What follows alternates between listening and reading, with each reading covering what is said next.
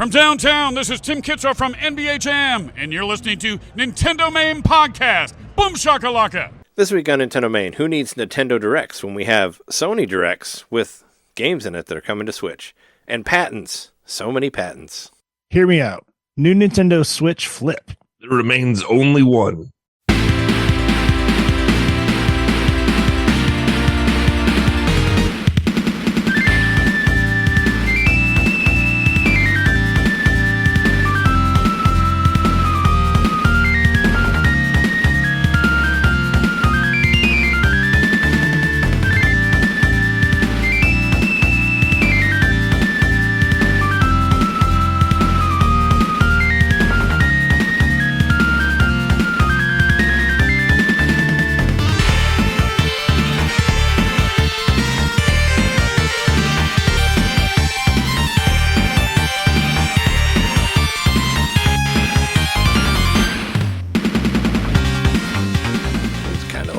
Nintendo.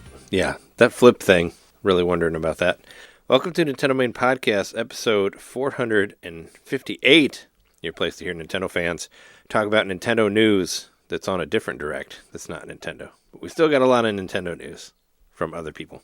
And we're your hosts. I'm Trey Turbo Overglitch Johnson. I'm Jeremy Kapagandhi, but Mikowski. I'm John. Mario doesn't look a day over 35, knitter. Yeah. Well, it's not his birthday yet. Well, or he's whatever, however old he is. He still looks the same. Let's start off the show as we normally do and talk about games we got and games that we've been playing. I haven't changed much since last week. I'm still pretty much playing the same thing. But did anybody play the Donkey Kong Country Returns demo? Nope. Yeah, I did. I actually played that. I have that on my list for the week. Last week, the Donkey Kong Country Returns demo came out. I mean, it's not really anything new. You know, I've bought this game 3 times. I just, figured I'd just play around with it, just because it's free. And I played through all of the levels that are on there.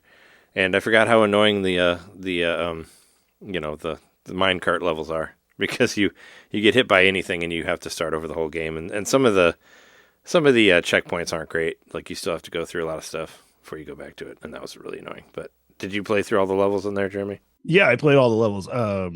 I was a little straight up talking about the game. I played the game before, so whatever. Yeah, I mean, I figured you have. Like I said, it's been released.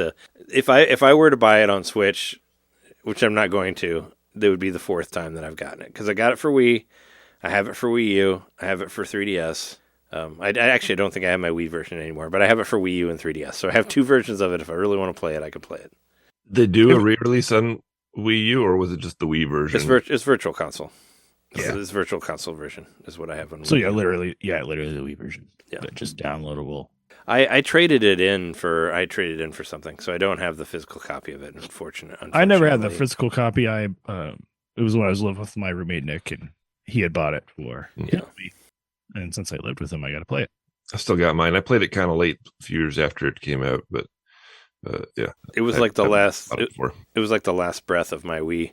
I remember my Wii died while I was playing Donkey Kong Country Returns. Dang. So that was like its last. It was like its last hurrah. One of the Wiis, right? Whenever Skyward Sword came out, I sent my Wii in to get it fixed. Didn't Smash Brawl fuck your Wii up too?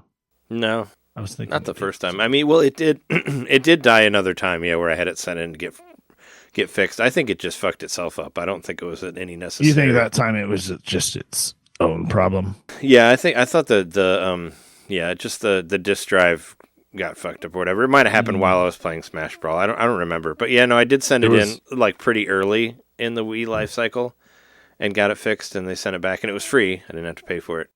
Remember, there was some reason, like a lot of Wiis were experiencing that. I sent mine in because it had something to do with it being like a dual layer disc. Yeah, I remember people saying that.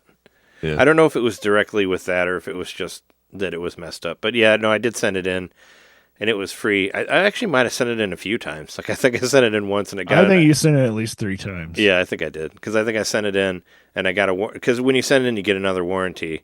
So if it breaks again within that time, you can send it in for free. So I think I sent it in twice for free, but then the last time it was so long that I paid for it. I pretty much bought another Wii just to play Skyward Sword. But I really wanted to. So I sent it in. I think I paid like $100 or something stupid like that to get it fixed.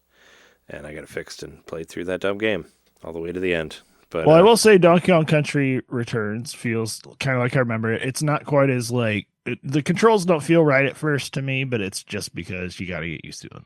Like it's got a bit of a heavier feel to it. it's got some weirdness to it too. And that's kind of the way Donkey Kong Country was, a bit heavier of a character. Yeah. One of the weirdest things to me was you hold Holding like R. Y to run, and then you hit R to grab the barrel. Like that's really weird. I don't remember that being weird. in the I other kept one. messing that up.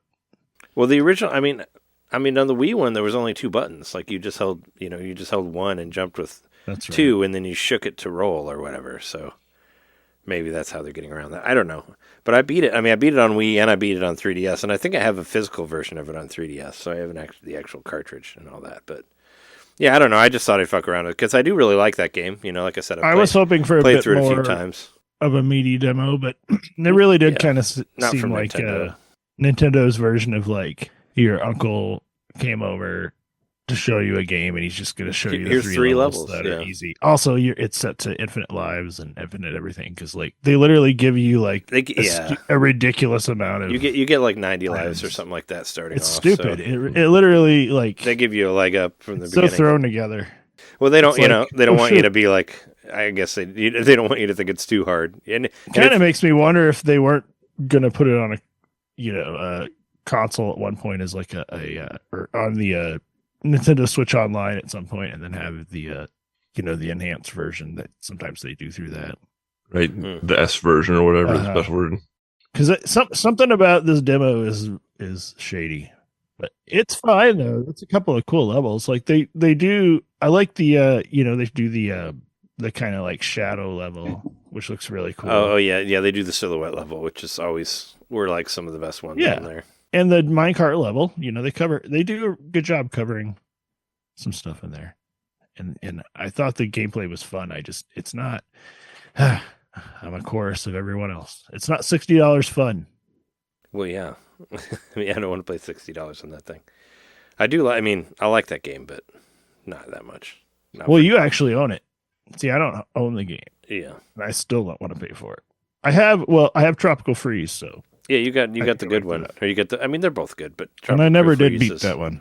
is arguably better. I never beat Tropical Freeze because the bosses are very long, and the very final boss on that is very, very long. And if you lose, Yeah. you start all the very way at the beginning, and the original one is like that as well. So I mean, that's just what you get. That's just how those games are. No checkpoints. I got all the way to the end of Tropical Freeze, but had the last boss syndrome where I could never get through it and didn't have the effort for it. Which it seems like you're having that same problem on this on your gaming life. We could segue to that, I guess, since I just mentioned it. Oh, like just getting stuck. Of a metaphor of that game called Metaphor or something or other. Yeah, I'm just stepping away from it for a bit because I got back to the end again, thinking I did it right, and now this time around, I can get through the boss, but there's another stage, and it's really hard. So, yeah, I got to the next stage, and then I died, and then I was like, all right, I got to take a break. The final A little form, bit. or the final form, or almost. I guess so. yeah. I don't know. Yeah, this is like a couple layers deep for sure. Is there Maybe the 4th or 5th layer. Is there like no checkpoints on that too? Like when you die, At that you gotta layer, go all the no. way at the So- beginning. Yeah. So I'm at like the final form or whatever, ultra final form, and then this is like, yeah. There's like 3 versions, and then you beat them, and then the ultimate version pops out. Kind of, if that's a better way of saying it. But I was pissed. Let me tell you what. Yes. It took a long time to get through those fuckers. Did you flick your PS5? Just that's what that's what I do. That's what I do sometimes. I try and I'm past the point of throwing controllers or whatever, but sometimes I'll just go like I will flick off the. I'll flick my controller or whatever. And I flick the TV off sometimes. Oh yeah, I've but done that plenty of times. That's mostly what I do. I don't really like put damage to my thingies. Yeah, because it's expensive and we have to pay for it now. I'll talk more about it later. But in Turbo Overkill, whenever you run out of ammo, your main character just flips off everybody else, which is pretty amazing. If you switch it to a different weapon that doesn't have any ammo, he just does this. He just flip you off. He just flip off whoever's in front of him, which is I'm like that's funny. I like that. But yeah, Yeah, I don't know. It's a cool demo, and maybe there'll come a day in the future where some blend of things happen where I buy this, but probably not. Oh, what, the Donkey Kong game? Yeah. Yeah, F that. But Metaphor at Refantazio, you got to take a break from it now. Hopefully you can beat. I hope you beat it sometime. I mean, you probably put like a good 100+ hours in there, right? Definitely over 100 hours. I understand the systems pretty well. It's just sadly, I might have to start all over again to implement what I've learned because I didn't go into it knowing that. But the other thing is I could take the difficulty down once again. I just haven't done that. Can you take it down? I know Dragon Quest III has an easy mode where you just won't die. Do they have anything to that level? It does, and I haven't tried that. Where you get attacked and you'll go all the way down to 1 hit point, but you'll never actually perish or whatever. You can. It's not quite like that. It's not quite like that, but it lets it. I think it lets you resurrect people as other people are still alive or something like that. I haven't tried it yet, but I might. At this point, to see the ending. At this point, maybe. But I don't know. It actually worked out okay because I had some fun with some other games this week. So. But we can get to that here in a little bit. You can continue on since we've already been talking about your stuff. Oh, sure. So I played a little bit of Citizen Sleeper. Number 1 or 2? The first one? The first one, as much as I've heard people talking about it and stuff. I got real close to getting it just because it was on sale for $6. I don't think I'm smart enough on for this Switch. game. And I forget what that is. I know I've heard of it, but I don't know what it is. Well, they just released the sequel last week. But yeah, it's kind of isn't it sort of like a visual novel-ish, but you use dice rolls for it's very tabletop RPG-ish sort of thing is kind of what Admittedly, I didn't play it for very long. I only played it for maybe 15 minutes. People love it though. Yeah, it's on the PlayStation Plus. Yeah, I thought maybe it was free on there. It was on when Citizen Sleeper 2 released a couple weeks ago. It was on sale a lot. It was $5.99 on Switch, and I really considered getting it, and because I had some money, some gold points saved up, and I could have got it for a couple dollars, but I just didn't get around to it, and now it's not on sale anymore. But I was really close to trying it out. But yeah. I might go back to it and try to figure it out. It does kind of sound like a lot. Of a chance, but it's, as far as I can tell, it's straight up visual novel and really minimal visuals too, and that has something to do with how you spend your dice rolls. And I kind of have an idea. You're on a big space frigate or something, but it's a salvage ship or something, which we've experienced in space games before. But this kind of seems like it lays it out sort of like a business, and that's how you get used to how the game works, and maybe it goes somewhere else from there. But there's also some deeper philosophical and ethical concepts, I think, in the story of it all. So I mean, it seems cool, and I was enjoying it for what it's worth. I just, at the time, I couldn't keep reading a book. Yeah, I wanted to play a video game, and I loved Pentiment. That I gave it one of my favorite games of the year, and that was definitely a slightly interactive visual novel, if nothing else. Yeah, right. I always have a hard time getting into those visual novels. I guess I don't really try that often. I think there's only a couple that I really liked. I think the one that I mentioned before probably was that whole Hotel Dusk game on DS. I think that was the only one that I really loved. It was like a visual novel. Maybe because I could hold it like a book and it immersed me more. Also, I played it for free, so I didn't have to worry about paying for it because I bought it later. But Conan lent it to me. I don't know if I've ever played a visual novel that I felt justified it not being a book. You know what I mean? Maybe Professor Layton is kind pictures. of yeah, but I don't want to just click. If I'm just clicking to go to the next page of the story or whatever, I might as well be looking at an e-reader. You mean interactivity or how interactive? Yeah, or whatever. Some kind of key to the formula or whatever to make it feel this is something that's not a book or not a video game. Well, I think that's what people say this is. I just Really? don't. It hasn't snapped for me. You got to be in yet. the mood for it, huh? But it's definitely something to get you into the mindset of, yes, it's a novel or whatever, but you're also engaged in the day-to-day minutia of whatever and how you're spending time and how you're budgeting time is important, kind of it is in metaphor, I guess. But this is a much more stripped down version of that. It's very much looking to be something you'd play on a early 80s computer, like a chromatic monitor sort of. But I think, it's got a little bit more flash than that, a little bit more flare rather, but it's very much meant to emulate that style of something that, maybe one or two people would have programmed and had distributed on one of those old computers. But it's cool. Like, I could see the appeal, sort of. I just don't know if I have what it takes to stick it out. Is that a PS Plus game, or are you playing it on Switch? It's on PS Plus. From what I heard, a lot of it is about, like, your abilities and stuff, and what what status numbers you get from your quote unquote dice roll. That's what I thought was intriguing about it. But yeah, it also kind of sounded like it might be too complicated for what it is. But I'd like to try it at some point whenever it's on sale again or something. Yeah, and who knows? Maybe I'll give it another try or two, and it'll make more sense to me. It just, for whatever reason, I'd heard about it, but like more like, like on the wings of my thoughts, not like anybody hard recommending it to me. And so I checked it out, and I was like, I don't know about this. Well, you have it. I mean, you can always go back to it and try it again, because you got it. I guess so. On PS Plus.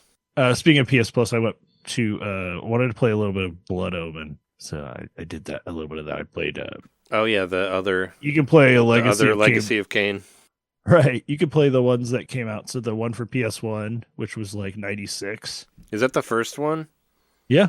Okay. It's actually kind of cool. Like, I remember people talking about it. I never played it, but I had friends. It definitely feels like a CD-ROM game, but it's like a top-down adventure game, or you might even say it's sort of isometric, maybe not, but it's not exactly top-down, but it's close to it. And you're going around, and like the sounds are very canned sounding, like it.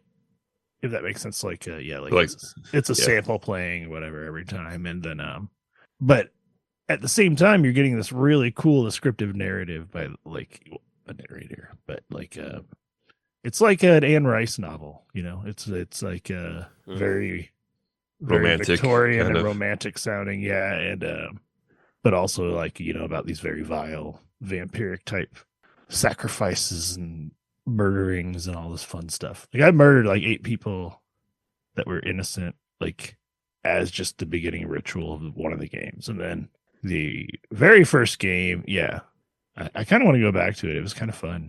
I've heard good things about it. I remember reading about it in Game Pro back in the day, and I think they gave it kind of mid to good reviews. But I always remembered that there's some people who are like ardent fans of this series.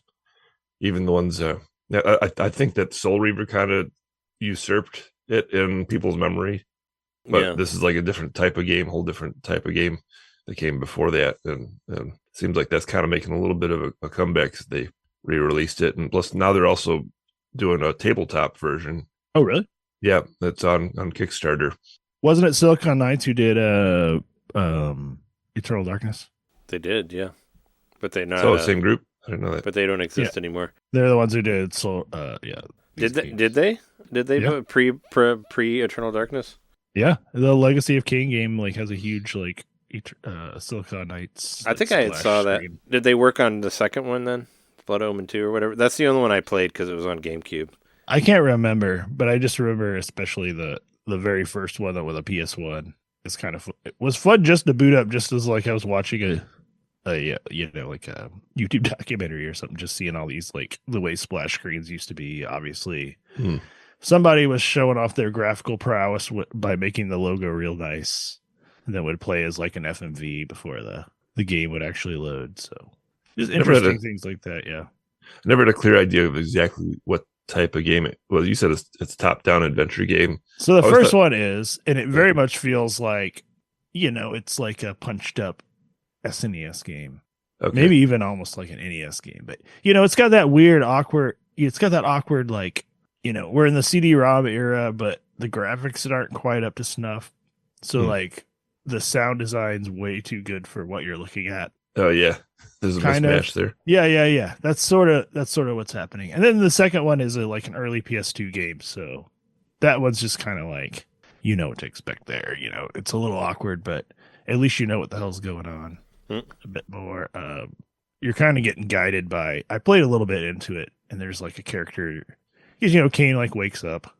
He's the bad guy, and the other ones, the Soul Reaver ones, which is kind of fun too. It's like their Pokemon Red and Blue, but you get out of your coffin in both games, and in the first one, that's the one where I was like, what the fuck's going on? But in the second one, even though I think it's sort of supposed to be a prequel, there's somebody waiting there to guide you and tell you how to play the game, which is nice. Is there some role playing or some strategy to it? Yeah, I think there is some. There's a little bit of like. You mean as in like you can level up and customize your character? I don't think so. Actually, I don't think so. Maybe in the first one, but I don't know about the second one. That would be how I define. I played more of the second role-playing one. games is whether you can level up or customize. I just kind of thought the first one was interesting. It's not an RPG. I guess I thought because of the top-down view that it was a strategy game too. I don't know. Maybe I'm wrong. To me, I was just like thinking about it contextually. I'm like, this came out at the same time as like Donkey Kong Country 3 and the same time as like Super Mario RPG, but then also like Mario 64 and I don't know. All this shit was happening, and one of the games that came out that year was this one. Mm-hmm. Apparently, Silicon Knights only worked on that one. Only worked on the first one. They don't really have that many credits. I was just looking at them. Well, then that makes sense. So they did the first one. They did Legacy of Kain, and then they didn't do another thing until Eternal Darkness in 2002. So I knew they were involved. Well, I remember them being involved somewhat, but I guess they. Because I think I never bought it, but I rented the second one because it was on GameCube, just because of hearing about it, and I remember not seeing seeing their names on there for that one. And there is a Soul Reaver. Well, yeah, I want to play the games that were re-released. The ones with Azrael, which he's a seraphim. He's like a fallen seraphim, and they're like the enemies of. It's like I said, it's Pokemon Red and Blue. They're the enemies of Kain's sort of level of hell, or whatever you want to call it, level of the angelic host or whatever, because they're fallen angels, the whole thing. Sure, yeah. It's got a cool goth thingy going on, and like some romance and some violence and all that. Very, like I said, very much like an Anne Rice novel. It could all happen down in New Orleans, and I'd be fine with it. Did you ever watch the new like whatever it is, Interview with the Vampire? Did you watch the new? No, I didn't. That show was awesome. Like we watched both seasons of it. I thought. What's it on Showtime? I thought it was incredible. It was on AMC, I think. AMC, okay. Yeah, you might be able to find the first season on something, but yeah, Jess and I loved it. I thought it was great. Like, I'll check it out. I went back and watched the movie, like the Tom Cruise one or whatever, which I never saw before. Just because I thought it looked really annoying, but it was okay. But that new show is really, really good. Like if you have any interest in those movies or in those stories or whatever, we watched all of those for those 2 seasons were really, really good. But I must say earlier when I said something about Robocop and Gandhi, that was more just about what did I say? I don't know. I've been playing Robocop this week, and there's a Robocop game that came out on the PlayStation. Yeah, I really wanted to play that, but it was PS5 only, so I couldn't. And it was going to be on Switch, but it got canceled. Remember, it was like rumored to come to Switch for the longest time. Then just went I don't know. Yeah, I don't know how well it would have worked because it's pretty graphically intensive, right? No. So, well, maybe, I don't know. It's kind of hard to say. It's kind of like, I'll get to it later, but. One thing that kind of inspired me to want to play this was this whole like Indiana Jones thing. Everyone likes this new Indiana Jones game. Oh, I haven't played yet. I want to play it. Or whatever. I think isn't it currently Xbox exclusive? It is. It'll be Xbox PC exclusive. Yeah, it'll be on other. I thought there wasn't that much turnaround between one or the other, but I don't know. I'll get to play it eventually. But, I'm just captivated by some of these projects, and there's other ones that have happened over time, but they're few and far between where they're like, let's actually put a genuine cinematic touch on this project where we're going to take we're going to use mocap or bring in voice actors from the original thingy or whatever, and kind of make it like a continuity of what was there. Or in the case of the new Indiana Jones game, it's like they're kind of just redoing the whole thing. Which is so cool because it's like we're not making it like, the best we can do. We're actually literally making it look like you're walking through the scene. I guess that's the best they could do, but you know what I mean? Mm-hmm. But I don't know, Indiana Jones game aside, I was like, oh yeah, that Robocop game. I remember everyone talking about that Robocop game when it came out, and just sort of like having these mixed reviews. It's like, it kind of sucks, but it's great. That's what I'm gonna say. It kind of sucks, but it's great. I heard it was really easy. It's kind of like Robocop. It's like that's kind of it. Well, Robocop. The first one was great. The other two, or was it three? Second one was okay. Like, second one was not that bad, but 3 was dog shit. Like, 3 I never was seen absolutely 3. awful. I saw 2 when I was a kid. Don't remember it. The first one is one of my favorites. I thought 2 was still pretty good with the drugs and all that. And the original story of 2 was written by Frank Miller, so I mean that was the comic book icon. But I mean, it was like I liked 2, but 3 was fucking garbage. Like, with the kids and all that, it was like whatever. And there was like a TV show too, and whatever. It kind of went to hell after that. But I liked the first 2. I mean, the first one's obviously the best one, but I thought 2 was okay. I don't think it's as bad as people say it is. So it has a really cool story going, and it's meant to look like. So it's meant to take place immediately after the first movie or whatever. It's supposed to take place between the first 2. That would be the time to do it. And it's the guy, it's what's his name, Frank, the weird ass dude that's like a doctor now or whatever. I forget the actor's name. Peter something or whatever. I can't remember his name, but Peter something. Yeah, he's the guy that played RoboCop, and it's Peter Weller. His face. Weller. Yeah, you see his face. I was about to say Frank Welker, but that's a different. I was thinking that too. Yeah, it's his the face. voice actor. Yeah, it's not like we did a model of this character like it used to be back in the day. It's him. Admittedly, we did see, like, I'm sure going all the way back to like Pirates, maybe Pirates of the Caribbean, maybe there was like a character at some point that looked a lot like or not Jack Sparrow, but Johnny Depp or whatever. But this is literally like a freaking, like, that's the skin of his face on it. Sure. I mean, they don't want to make him look like the remake RoboCop. I mean, if you're going to do one, do the good one. Something about because there's that uncanny thing about, like, the way that his skin attaches to the robot.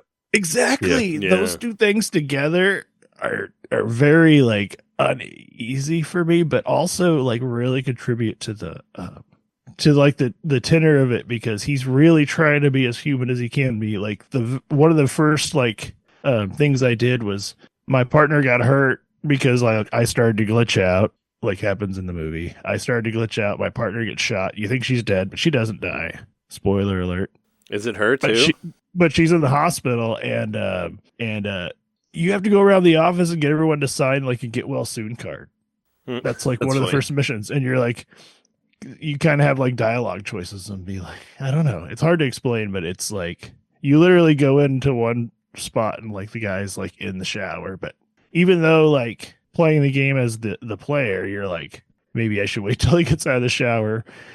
RoboCop doesn't care that he's in the shower. RoboCop is not quite human, not quite machine. Right? He just walks. He just like goes in exactly, and then with a greeting card. And then dude's like, "Oh yeah, I can't do it right now, but the shower. Can you go get my towel for me?" And then you have to literally go like find his towel in the locker room. So it's kind of endearing. There, it's not just straight up like run and gun, but there's a lot of run and gun, and there is a little bit of light action RPG stuff because you can upgrade your weapons, and there's this whole circuit board thing which I don't quite understand, but you get like these modules that you slot into like printed circuit boards and try to route around these like negative effects to like only have a positive effects happen, and some of the effects are just purely like aesthetic, like it makes it like gorier because you are like blasting heads and limbs off and stuff in this game, which is pretty cool, I guess.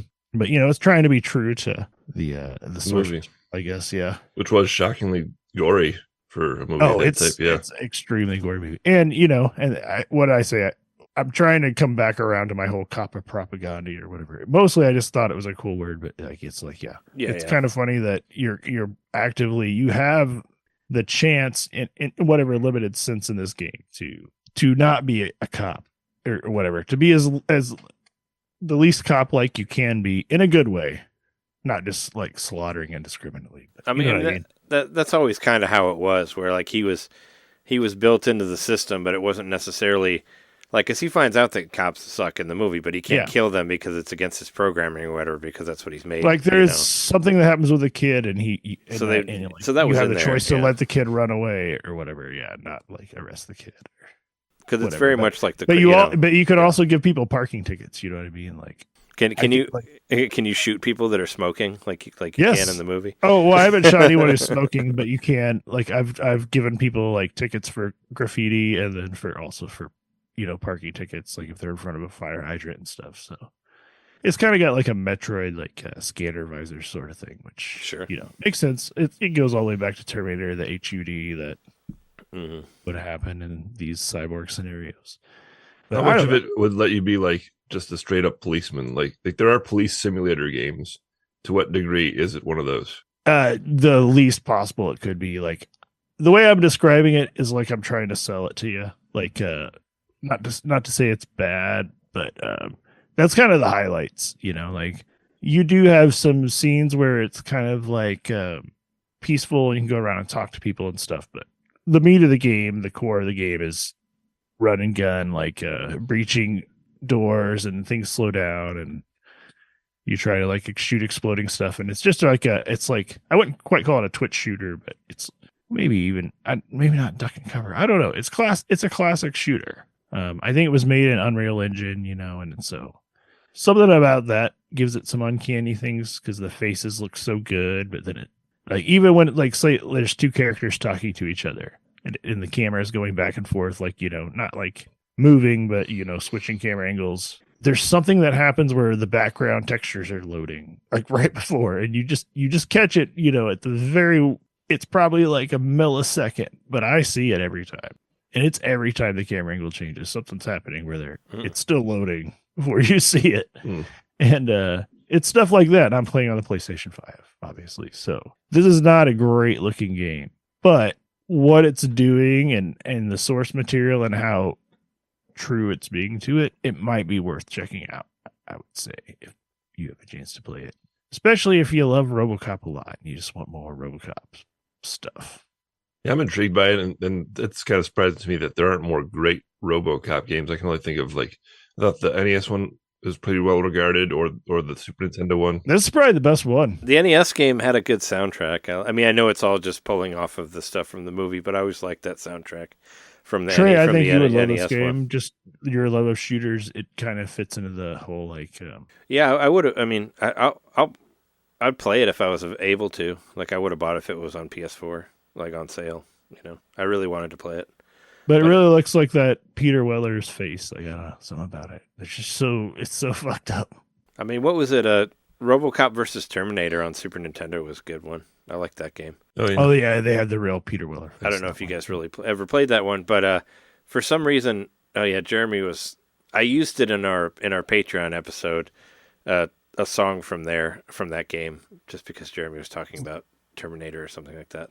As like an intro, as like an in-between thing. But well, that was my character in the last mustache contest. Oh yeah, that's where it came from. That's why I used it. Yeah, I was a Terminator. You're right. Terminator-based character in honor of the 40th anniversary of Terminator. Yeah, I used a song from RoboCop versus Terminator in that. Mm. So that's why I used it. Yeah, you remembered. Maybe someday I'll post that video on our YouTube. It'll get removed. It will, even if it's you would have to directly upload it to Patreon. Well, I would clip it down, but I guess it's instead been flagged because you can directly upload stuff and not have it on YouTube or whatever. But I always wanted to check that out. Is there anything? That's pretty else? much it for me though. Speaking of speaking of sci-fi robot shit or cyborgs, we could transition into, or whatever you want to call it. We could go from one thing to another. Segue. We can segue into what I've been. That's the best segue when three people just shout segue. Yep. We can segue to what I've been playing, which is. Have you heard about the CEO of Segway? Sorry. Don't take us off a cliff. What I've been playing is Turbo Overkill, which last week I said that I had bought the full version, and I got past what was in the demo. Because you got to play it again. But the demo gives you 3 full levels. I'm on the 4th level now. And the 4th level, I ran into a couple glitches, unfortunately. I was playing Turbo Overkill, and I'm like, man, I love this game. This game is awesome. And then I ran into a glitch, and I'm like, fuck. But it actually wasn't that bad. It was a lot better than like what I ran into with like Prince of Persia and all that. So basically, I figured out exactly what happened. So basically, there's a part I'm like in this. Obviously, everything is a futuristic world. There's a part where you have to kill all these different robots, and when you go into the section, it'll kind of like trap you in there until you kill everybody that's in there. And basically, what happened was I went into the section, and then I got shot out of the section, and it basically trapped me from going into it. So there was like an invisible wall that I couldn't go, so I couldn't walk through. So I kind of like walked in and I saw a robot, and then I just backed up and they shot at me. And then what was supposed to trap me in there, I got trapped on the other side of the wall. So like I did like everything that I needed to do in this level, and I still couldn't progress because I could not go into this room and kill the specific boss guy. So I'm like, and I watched like videos of it, and I'm trying to figure out like what the hell's going on. I like looked through the whole level. I found like all the extra shit and all that, and I could still not like go anywhere. So I'm like, oh my God. I'm like, what the fuck? So I figured out that I couldn't do that. I was like, well, I guess I'll restart the level because it'll let you like, you can restart anything. And the game, everything is like autosave. You don't actually like save it on your own or anything. So you have to deal with that. So I can't like go back to a previous save or whatnot. So I'm like, all right, well, I'll just start all over again. And the way this game works is, you get different upgrades for your body that you can like kind of like, add to, and I had like this really good build that I liked that I didn't want to have to redo, so I was like, well, fuck, I'm going to have to go find this thing. And a lot of the stuff that I had found was in the level that I was stuck in. But when I restarted it, my build stayed the same. Like I still had everything, and I was like, that's fucking awesome. So that was a cool surprise that I didn't expect. So I didn't have to, because I have it to where like when I use my chainsaw leg, I can basically slide into people, and whenever I slide into them, I'll gain like armor and health, which actually makes the game kind of a little bit easier because you can just slide into a bunch of people and max out your armor and health. Like, if there's there's these little like drone guys that run at you, and there'll be like a bunch of them at once, and you can slide through like 20 or 30 of them and get your health up like that. But even though they add ones that are bomb ones later that'll kill you, so they kind of try to go against that. But I was like, I had that, and I had just got the thing where all the money automatically comes to you whenever you kill somebody, so it's easier to collect money. So I was, because you collect money to buy like stuff to upgrade yourself and all that. But yeah, I started over again, and then I had everything still. So I was like, okay, cool. So I made it through the level. It didn't take as long, but I ran into another glitch. I got this upgrade where I can jump off of walls because you can jump like 3 times in the air already. There's like a triple jump thing that you automatically get, which is cool because there's a lot of verticality to the game, which I really like, where like there's a lot of stuff like where you climb up higher and higher and a lot of like jump spots, and and there's no fall damage either, which is fucking amazing. I hate fall damage so much. You can fall from wherever and you don't get hurt, which is awesome. Like people should get rid of fall damage. It's so annoying, especially when it's like you don't fall that far. I feel like that happens in Fortnite all the time, where I'm just falling like a foot and then I like lose like half my life. I'm like, fuck this game. But anyway, I was jumping around. I was using this new jump off the wall kick, and I ended up inside of a wall. Like I went like through a wall, and I couldn't move, and all I could see was both sides of the wall. And I'm just like trying to jump, and I can't move, and I'm like, oh, okay, well now I'm in a wall. So, but I just closed it out and went to the main menu and came back. And then I was just not in the wall anymore. So it wasn't, I didn't have to restart the whole level again. That would have sucked if I still couldn't get to the level because I ended up in a wall. But I really like this game, but there's still kind of some like, glitchy stuff to it. I know they were supposed to have an update to it. I don't know if that ever actually happened. But it does feel like there's some stuff missing maybe it's just the Switch version, but some of the sound effects aren't there. Like there's, like when you get like the shotgun, you like saw the front of the shotgun off and like knock it off and all that. But your saw doesn't really like make any noise. And like some of the guns sound like they should be louder than they actually are. Like there's some weird like sound design stuff going on in this game. Maybe it's just the Switch version, but it feels like there's sounds missing in some parts.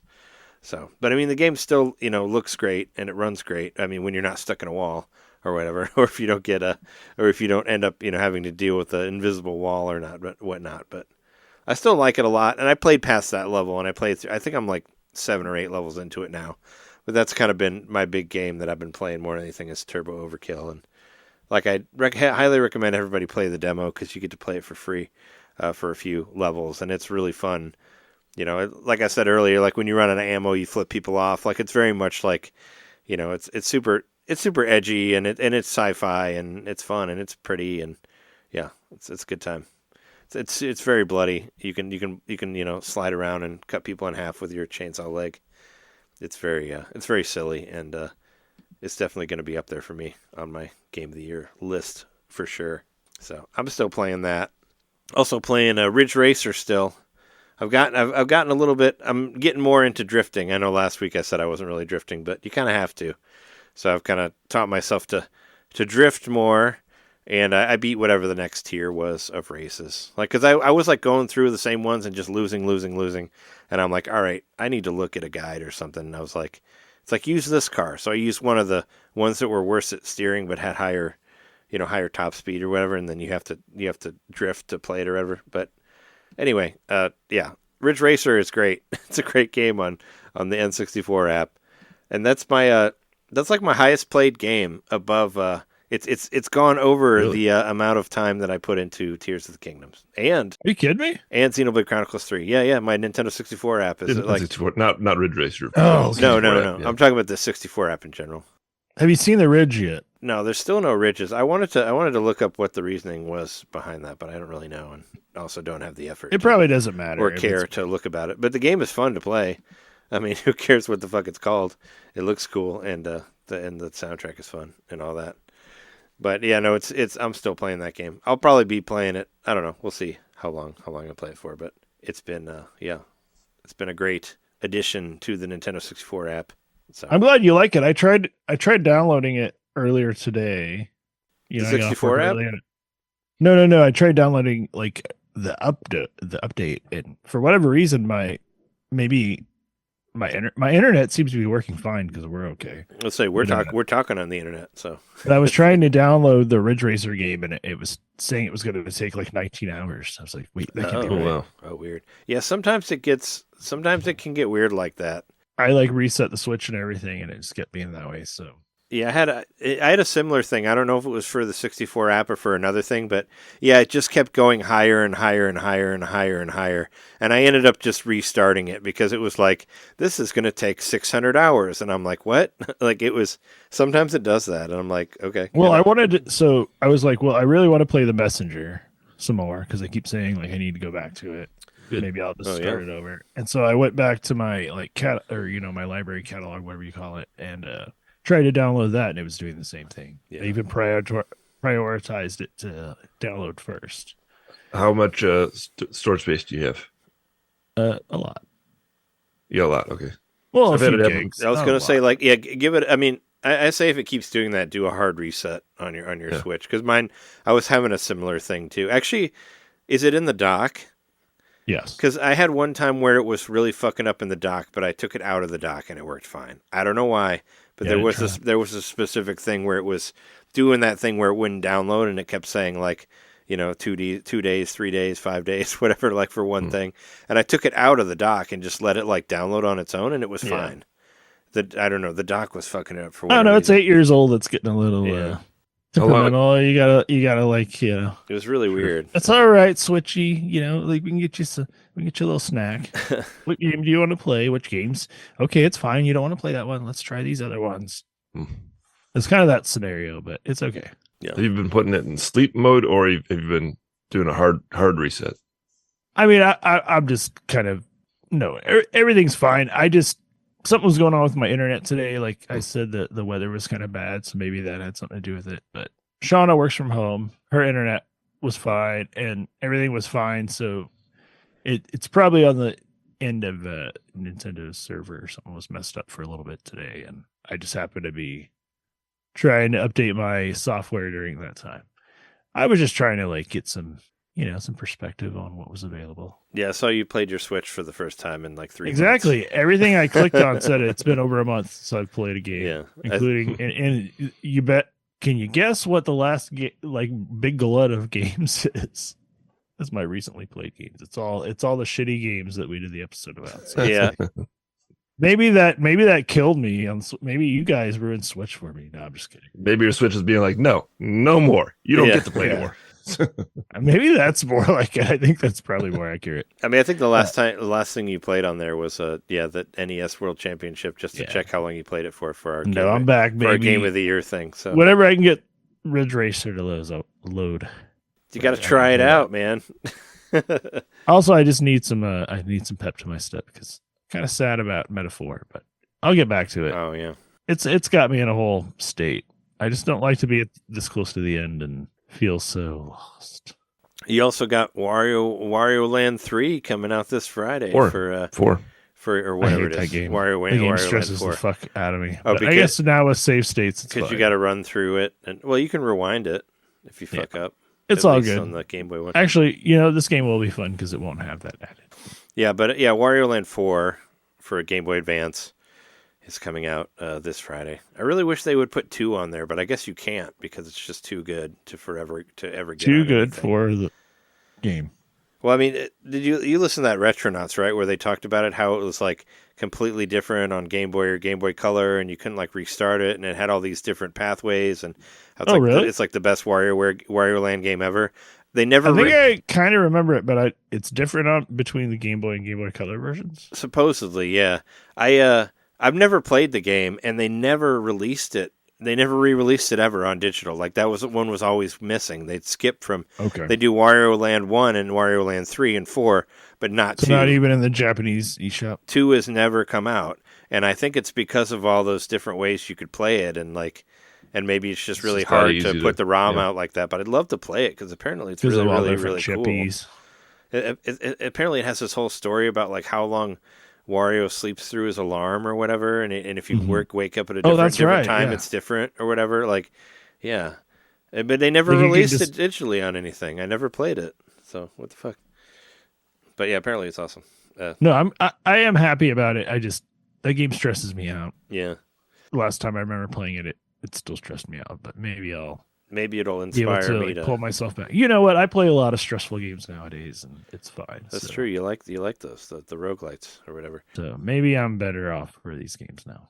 Maybe it'll inspire me to go back and play Pizza Tower since it's like kind of the same game.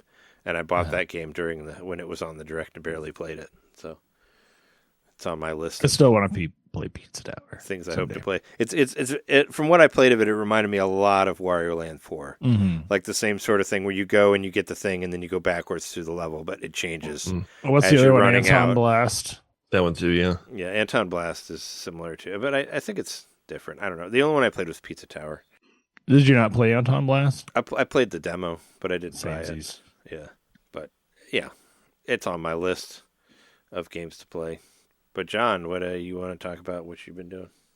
Yeah, so I've got one Bullfrog left in Tears of the Kingdom. It's the scenario. Holy shit! It's the scenario that I feared. How many are there total? You have to be part of the 1% at this point. How many of them are there? Have you counted? I think like 600. I forget, but I think there's 100. One left, and I'll explain to you my system. I think I've explained it before, but this will help illustrate my frustration. So my sort of strategy to finding these, and I think this treasure hunting aspect is like surprisingly really fun and pretty unique. But this is what it is. It's like I look at the map. There's a map of the cherry blossom trees. You'd find it somewhere at one of the stables. I took a photo of it. So I know where all the cherry blossom trees are. You remember, you go to the cherry blossom tree, you feed the apple to the horse, and the horse tells you where all the caves are, right? So I'll reveal I'll go to a tree, reveal where the caves are for that region. Then I go to the highest point in that region, and I'll switch into first person view mode, and I'll use that mode to put a stamp. Remember the colored stamps? The tags from like tag it up. Yep. FPS. You got it.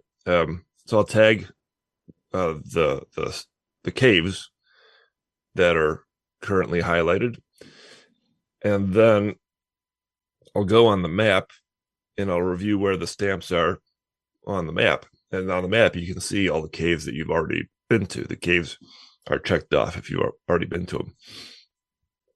And so if there's a spot where I've now placed a colored tag that there's no cave there, I know that's a spot to go look, right? So I go to that stamped location. I'll use the item detector. Remember, there's like a metal detector feature or whatever. It beeps when you're pointing in the right direction. And I have it set to bullfrog. So I look for the bullfrogs, Yeah, and I keep going until it says the bullfrog down below. I'll mark that spot with a treasure icon, so I know that's sort of like that's where the bullfrog is. I now just got to go walk around it to find the cave entrance, right? Mhm. So I'll look on the hero's path mode to see if there's any areas that I've never been to that are nearby. And that's where the entrance most likely is, right? So once I find the cave entrance, I walk toward the treasure icon and I find the bullfrog. So I've done this over and over again at every cherry blossom tree for all the caves, and somehow I missed just one. So now I have to go back and do that all over again to find the very last one. And I'm going to do it. Are you sure the last one isn't something that's like different because it's the last one? I'm positive, because I think they would be smart enough to give me some kind of hint if that were the case.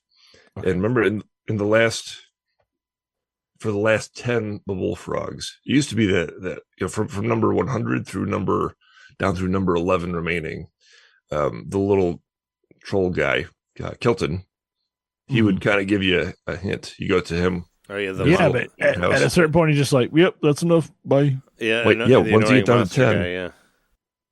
He says, "Yeah, I can't sense them anymore. I know there's 10 left somewhere, but good luck." Which at first I thought was kind of frustrating, but now having gone through it, I do think it's kind of fun. I love the treasure hunting aspect. I think it's pretty unique. I've never really played a game like that where you have to you're finding a meta in it that I imagine a lot of people haven't. But I have to think that it was intentional. Like, these designers are smart, you know. It's like they threw out all these different tools. Something like fishing sonar or something like that, you know. I think it's just cool that they gave you all the gear to do this, but they didn't like say, here's how you use it together.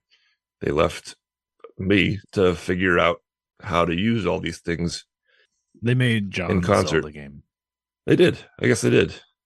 And I think it's very satisfying to be like, I created this solution. You know what I mean? But they absolutely knew that somebody was going to do this.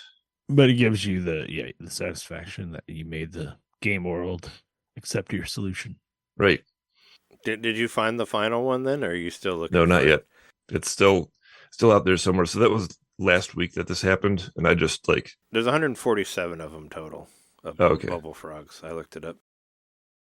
Yeah, so that means there's 147 caves, and yep, I just got one left to go. So that was last week that happened, and I was like, all right, I need to take a break, and then I'll come back to it with a fresh mind and go through all those caves again. So I'm getting the itch to go back and finish it up this week. I learned throughout all this, because as I was looking at the hero's path mode, I was discovering spots on the map where obviously I'd discovered something. It's like I placed a marker there or something before, but the hero's path, the green line, wasn't going there anymore. And this was just driving me mad. It's like, I thought I went there before I placed something there, but the game is saying that I didn't go there. And I finally looked it up, and sure enough, I learned that the game only records the past 256 hours for hero's path mode. Some hexadecimal shit or something. That's crazy. So there was a point 256 hours ago where you knew about that, but then 1 hour after that, it was gone. It was gone. Yeah. And so, as I was explaining my sort of strategy, there was moments here and there where it was like, I thought I hadn't been there before. Maybe that's where the cave entrance is, but I had been there before. So, yeah, if you play over 256 hours of this game, you're going to lose your hero's path mode bit by bit. You're not too far away from actually finding out all the ones and zeros of this game. That's right. I'm just going to write them all out on a piece of paper. Yeah, I'll break it apart bit by bit. Besides video games this week, I rewatched Cobra Kai in anticipation of the final episodes. You watched all of it? I watched all of it, yes. Oh my God, you have way too much time to do things, John. Oh no, I No, can't. nice I don't have enough time to watch one episode of Cobra Kai. That's not a nice thing to say. John, you allot your time. Fine. I'm just saying that's a lot. That's how many hours is that? Well, I watched it over the last. Was that 6 seasons? It's how you're utilizing your time. It's 70 episodes. People can be. Thank you, Jeremy. So I watched it. I watched it over the last 2 weeks, and I watched a lot of it while I was door dashing because doing other things. Yeah, as I was. Oh, don't watch it while you're driving. It's not safe. No, not driving though. While I was parked and waiting for. Waiting for something. You do it different than I do. I drive around. Well, I get you said it's not as busy there. It's not as busy here. Yep. I basically drive. Well, it shows you like what's like busier, right, on the map normally on the app for DoorDash. Yeah, it does. But out here, there's larger gaps in between those spaces, and I've kind of discovered certain hot spots that are hot that's not showing up on the app, and so I just park there and wait. I find that more advantageous. Mm-hmm. Sure. I'll just be the first one next time something pops up, and it's not usually too long. Oh, so sometimes I'll probably the largest gap, probably about 20 minutes, and so that's enough time to like watch most of a show or a short show like Cobra Kai. Most of the time, I don't normally stop and wait for any. I'll just well, I have paths that I'll go up and down Milwaukee mostly because that's like the populated area, and normally things happen and sometimes I'll go to areas that are populated, but I don't sit there really. I just want to keep moving. Yeah. So if I was in Chicago, I'd do the same, be driving around. Yeah. I think it's more reliable. It's probably better for me to not do that because I'd have to do less miles, but I just don't like staying in one place, Like I've noticed, I've had it happen a bunch of times where I was at a hot spot.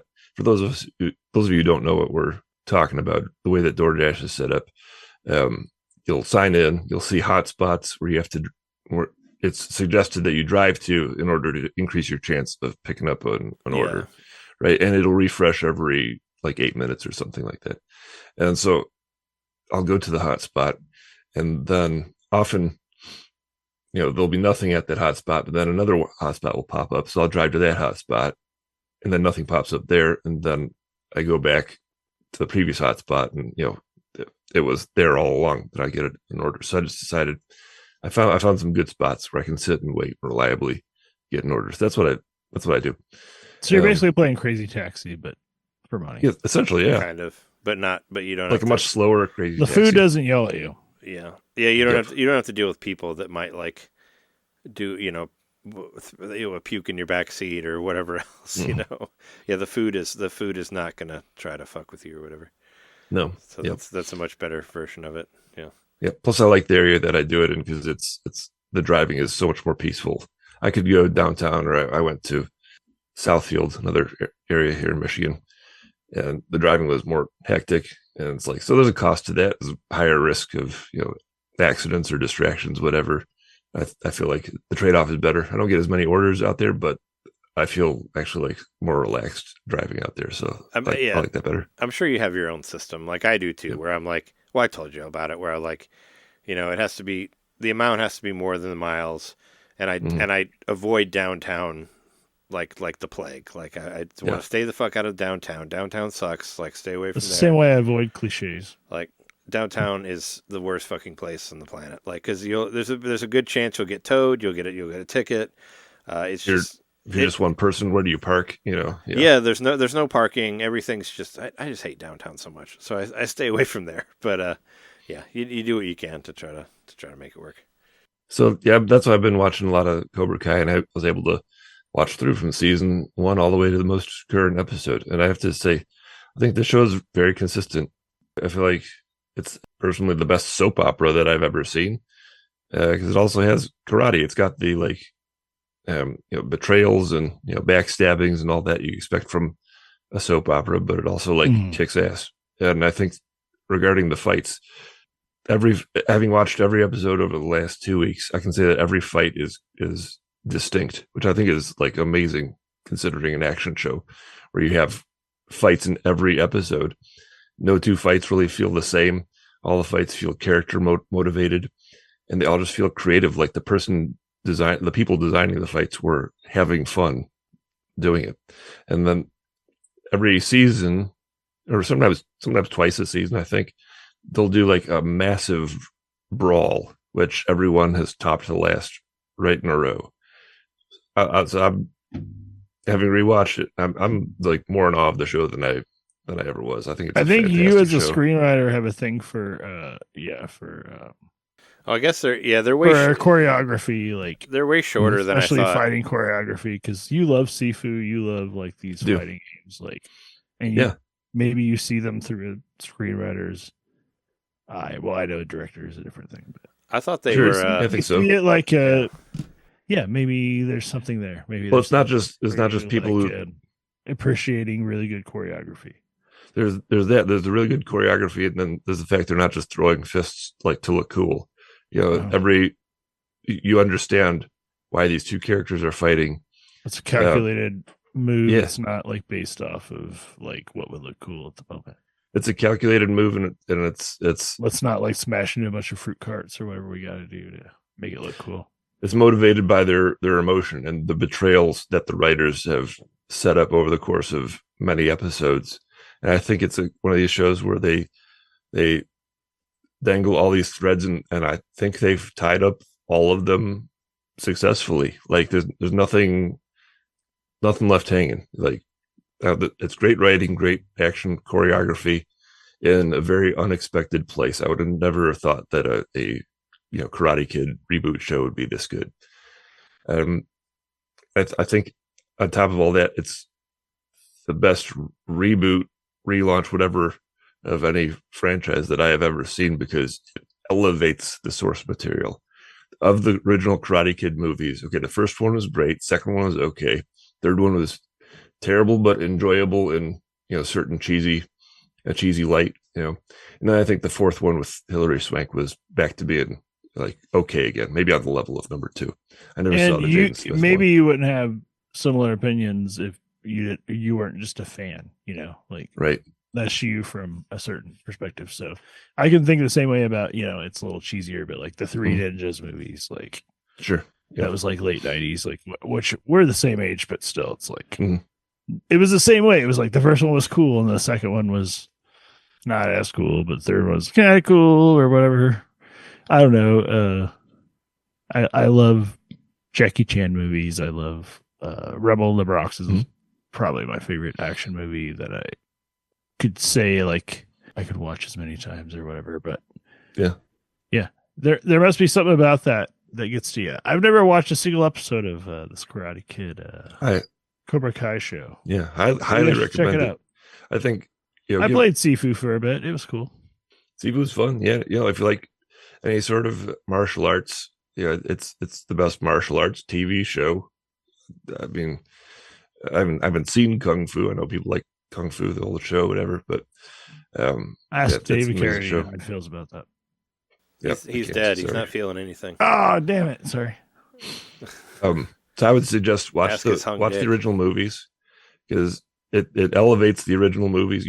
I think you need to watch the original movies to watch the show, and that's not much to ask. It's not really 2 afternoons. I mean, you could watch like the first one and be fine, or not even, because it shows parts of whatever it's referencing in the show. Like I don't think you necessarily even need to see the movie. I would suggest watching the movies because it's not that much of an investment. I mean, they're all on Netflix, so you can watch all of them, I guess. Yeah, if you want to. The number Hilary Swank one is not on there. Yeah, but I mean, did she show up in the 6th season? I didn't watch. She'll always be my $1 billion. I don't know. Baby. I was going to say I don't think you need to know anything about the Hilary Swank one, because I don't think it's good unless it gets referenced in season 5. I only made it through like 8 episodes of that. Yeah, I don't know. Yeah, so I highly suggest watching those and then watching Cobra Kai. You can also watch, as I said earlier, you can watch the first season of Interview with the Vampire on Netflix because it's on there, and both of you have it. It's incredible. Yeah, I actually want to check that show out. Once in a while, I'm like, vampire shows are okay. That one's good. I mean, not just because they're like super gay now, but it's awesome. Well, also like I mean, they were always super. I forgot to mention earlier, but like the Legacy of Kain stuff, like you turn into mist and all that. Like it's really traditional. Like you like blend into the fog and all that. Like you're not just a sexy boy who can only go out at night. We watched that first season like across like a couple days. Like it was really intriguing. Like it was, it was just something I had heard it was really good, and then I forget what we watched it on, but it was I don't know, maybe we did it through Sling or something like that. But we watched it like a day or two just because it was that interesting. It was done that well, where it's just kind of like we just watched it over and over and over again. And that's only like 7 episodes, and those are longer. For some reason, I thought Cobra Kai episodes were like an hour long. So maybe I can give range. Maybe I can give it a try again. No, it's more like 20, 30 or like a little over 30. It seems some like. of them go. There's Is no that Kirsten 20 Dunst's, to 40 like, minutes. One of her first roles was Interview with a Vampire. Yeah, she was really young. Well, in that. She was like 10 or something. Yeah. Yeah, that's true. I did go back. Yeah, we did go back and watch that movie, but the show is better, obviously. But I mean, the movie's okay for what it is. So I think Cobra Kai, best thing I'll say about it is that it elevates the source material. What I was getting at, seeing the quality of the movies and stuff. Like 2, I think is okay. 3 is a pretty bad movie that's enjoyable if you think if you're in the mood for a cheesy movie. I think it can be enjoyable, but it takes those like corny aspects of number 2 and especially number 3. And actually like treats them seriously. Okay, this happened. It doesn't deny anything that happened in those movies, even the stuff that is like a bit illogical or corny. But it takes it all as factual and then treats it seriously, and then like expounds upon things and adds dimensions to the relationships that were like threadbare in those movies. It just. That's why I say it's the best reboot that I've ever seen, because it touches on everything from the original stuff and just takes it as fact and then makes it even better. So I think that's why I would suggest watching the original movies before watching the show, because then you can be further in awe of the show like I am. I watched the first 4 seasons of it and part of 5, and I did not watch the movies again, and I didn't feel like you needed to, but they're all there if you want to spend an extra like 5 hours or whatever. You're right. They do a good job of cutting back to the original movies and stuff like that. But I think that if you watch the movies first, you can see how they actually like improve on the show, especially being creative people like we all are. It just makes it more awe-inspiring to me. Well, it's inspiring to me. Taking a break. Let's take one. Why don't we take a break and come back later and talk about the PlayStation State of Play? So watch it all during the break on super, super fast version.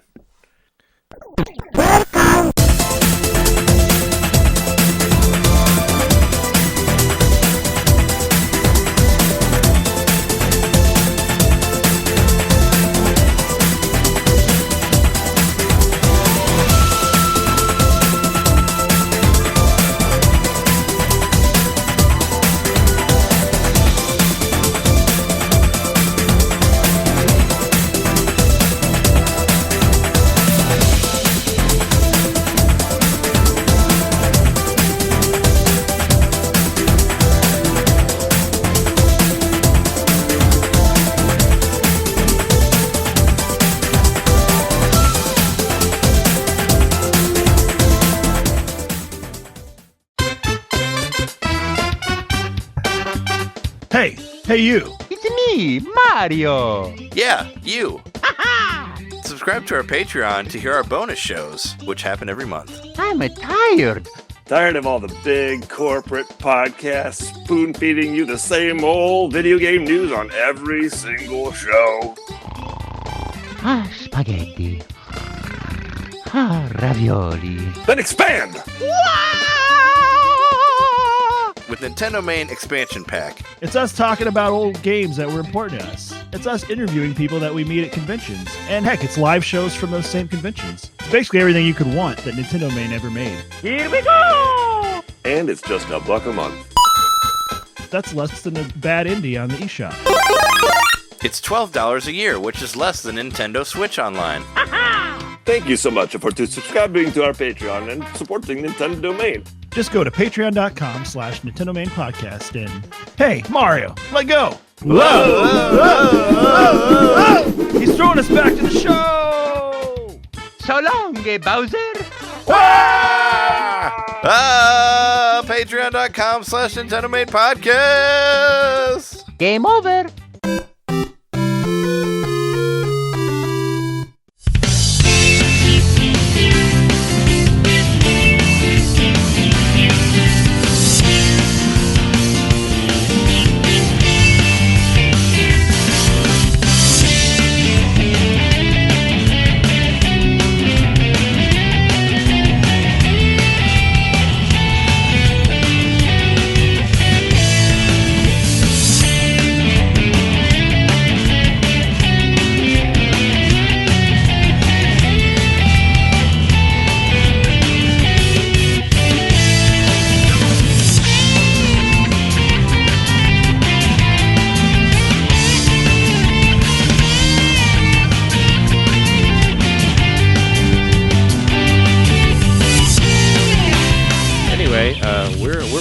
We're back from the break.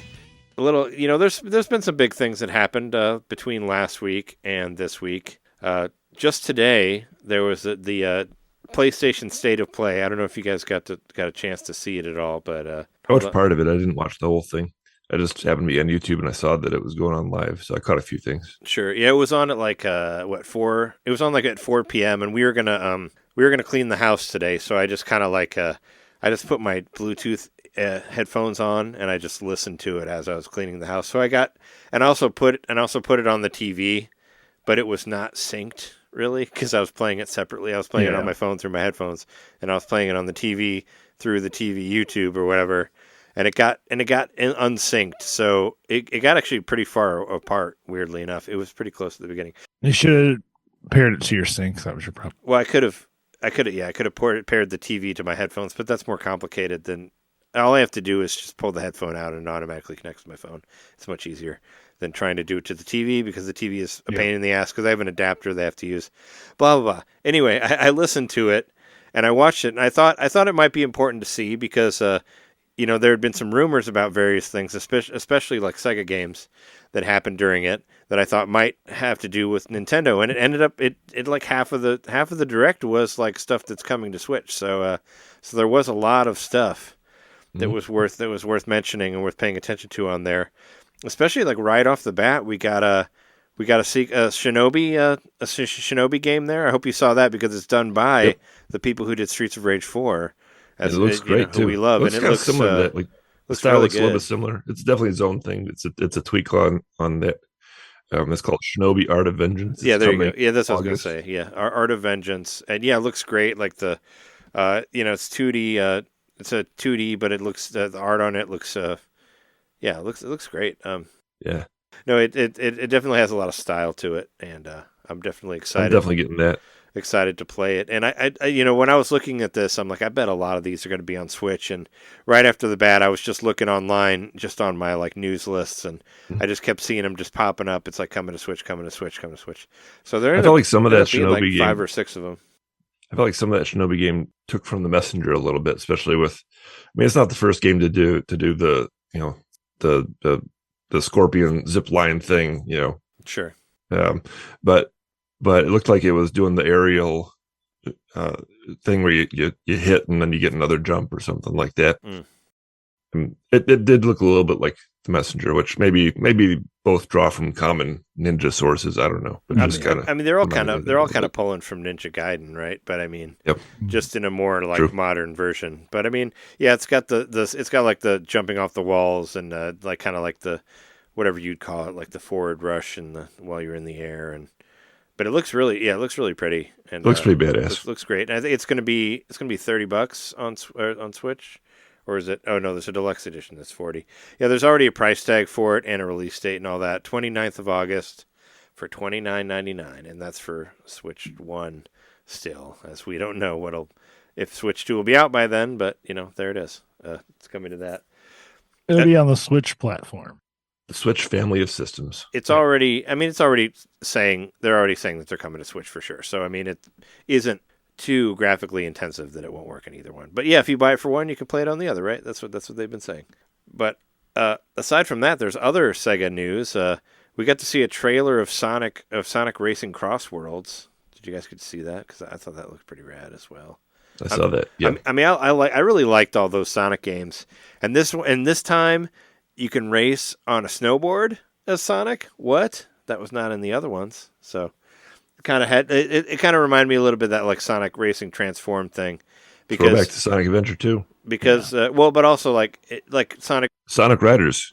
Sonic and Sega All-Star Racing Transformed, you could turn into different things, and that's kind of what this does too. A Sonic boarding game. There was Sonic Riders, right? Yeah, there was. It wasn't good, but there was one. Yeah, but there was a good game. It was a good racing game called Sonic and Sega All-Star Racers Transformed, where your car turned into a boat or a plane, and it looks like there's some of this in there as well because it showed you doing flying stuff. Some of the stuff in this trailer, it reminded me of. Is it still Sumo Digital too? Oh, I don't know. I mean, they were the main developer. I mean, I saw like something on the news that they said they kind of got to the point where they couldn't do their own stuff anymore. They're still just going to do stuff of other companies. So maybe that was kind of referencing this upcoming game, the Sonic. It reminded me a bit of what I've seen of Ratchet and Clank Rift Apart, in that it has the whole ring thing from the movies, which I guess it started in the original games, but it really was elaborated on the movies where Sonic throws the ring and it was in the and transport to different worlds. But that reminds me of Rift Apart from Ratchet and Clank. It was in the totally. It was that in was the one Switch of the first game. PS5 games. Yeah, it was in the Switch game. Was it Sonic Mania? Sonic Mania had that where you did the ring teleportation, like it's in the opening cutscene or the opening whatever video of that game. It shows them like running through rings that will take them to different places before there was ever a movie. That was in there. But I mean, I really liked. I've liked all of the Sonic racing games, even Team Sonic Racing as well. So I'm very excited about this one. I couldn't get into that one like I wanted to, but I also didn't play it enough. Yeah, I actually own it physically. Yeah, you have it, right? Or did you get one of those collection? Did you get one of the ones that come with the other things, or no? No, I bought it on a Black Friday sale of used games, I think through GameStop or something like that. Okay. It was an online sale, but it was like a buy two get one or something.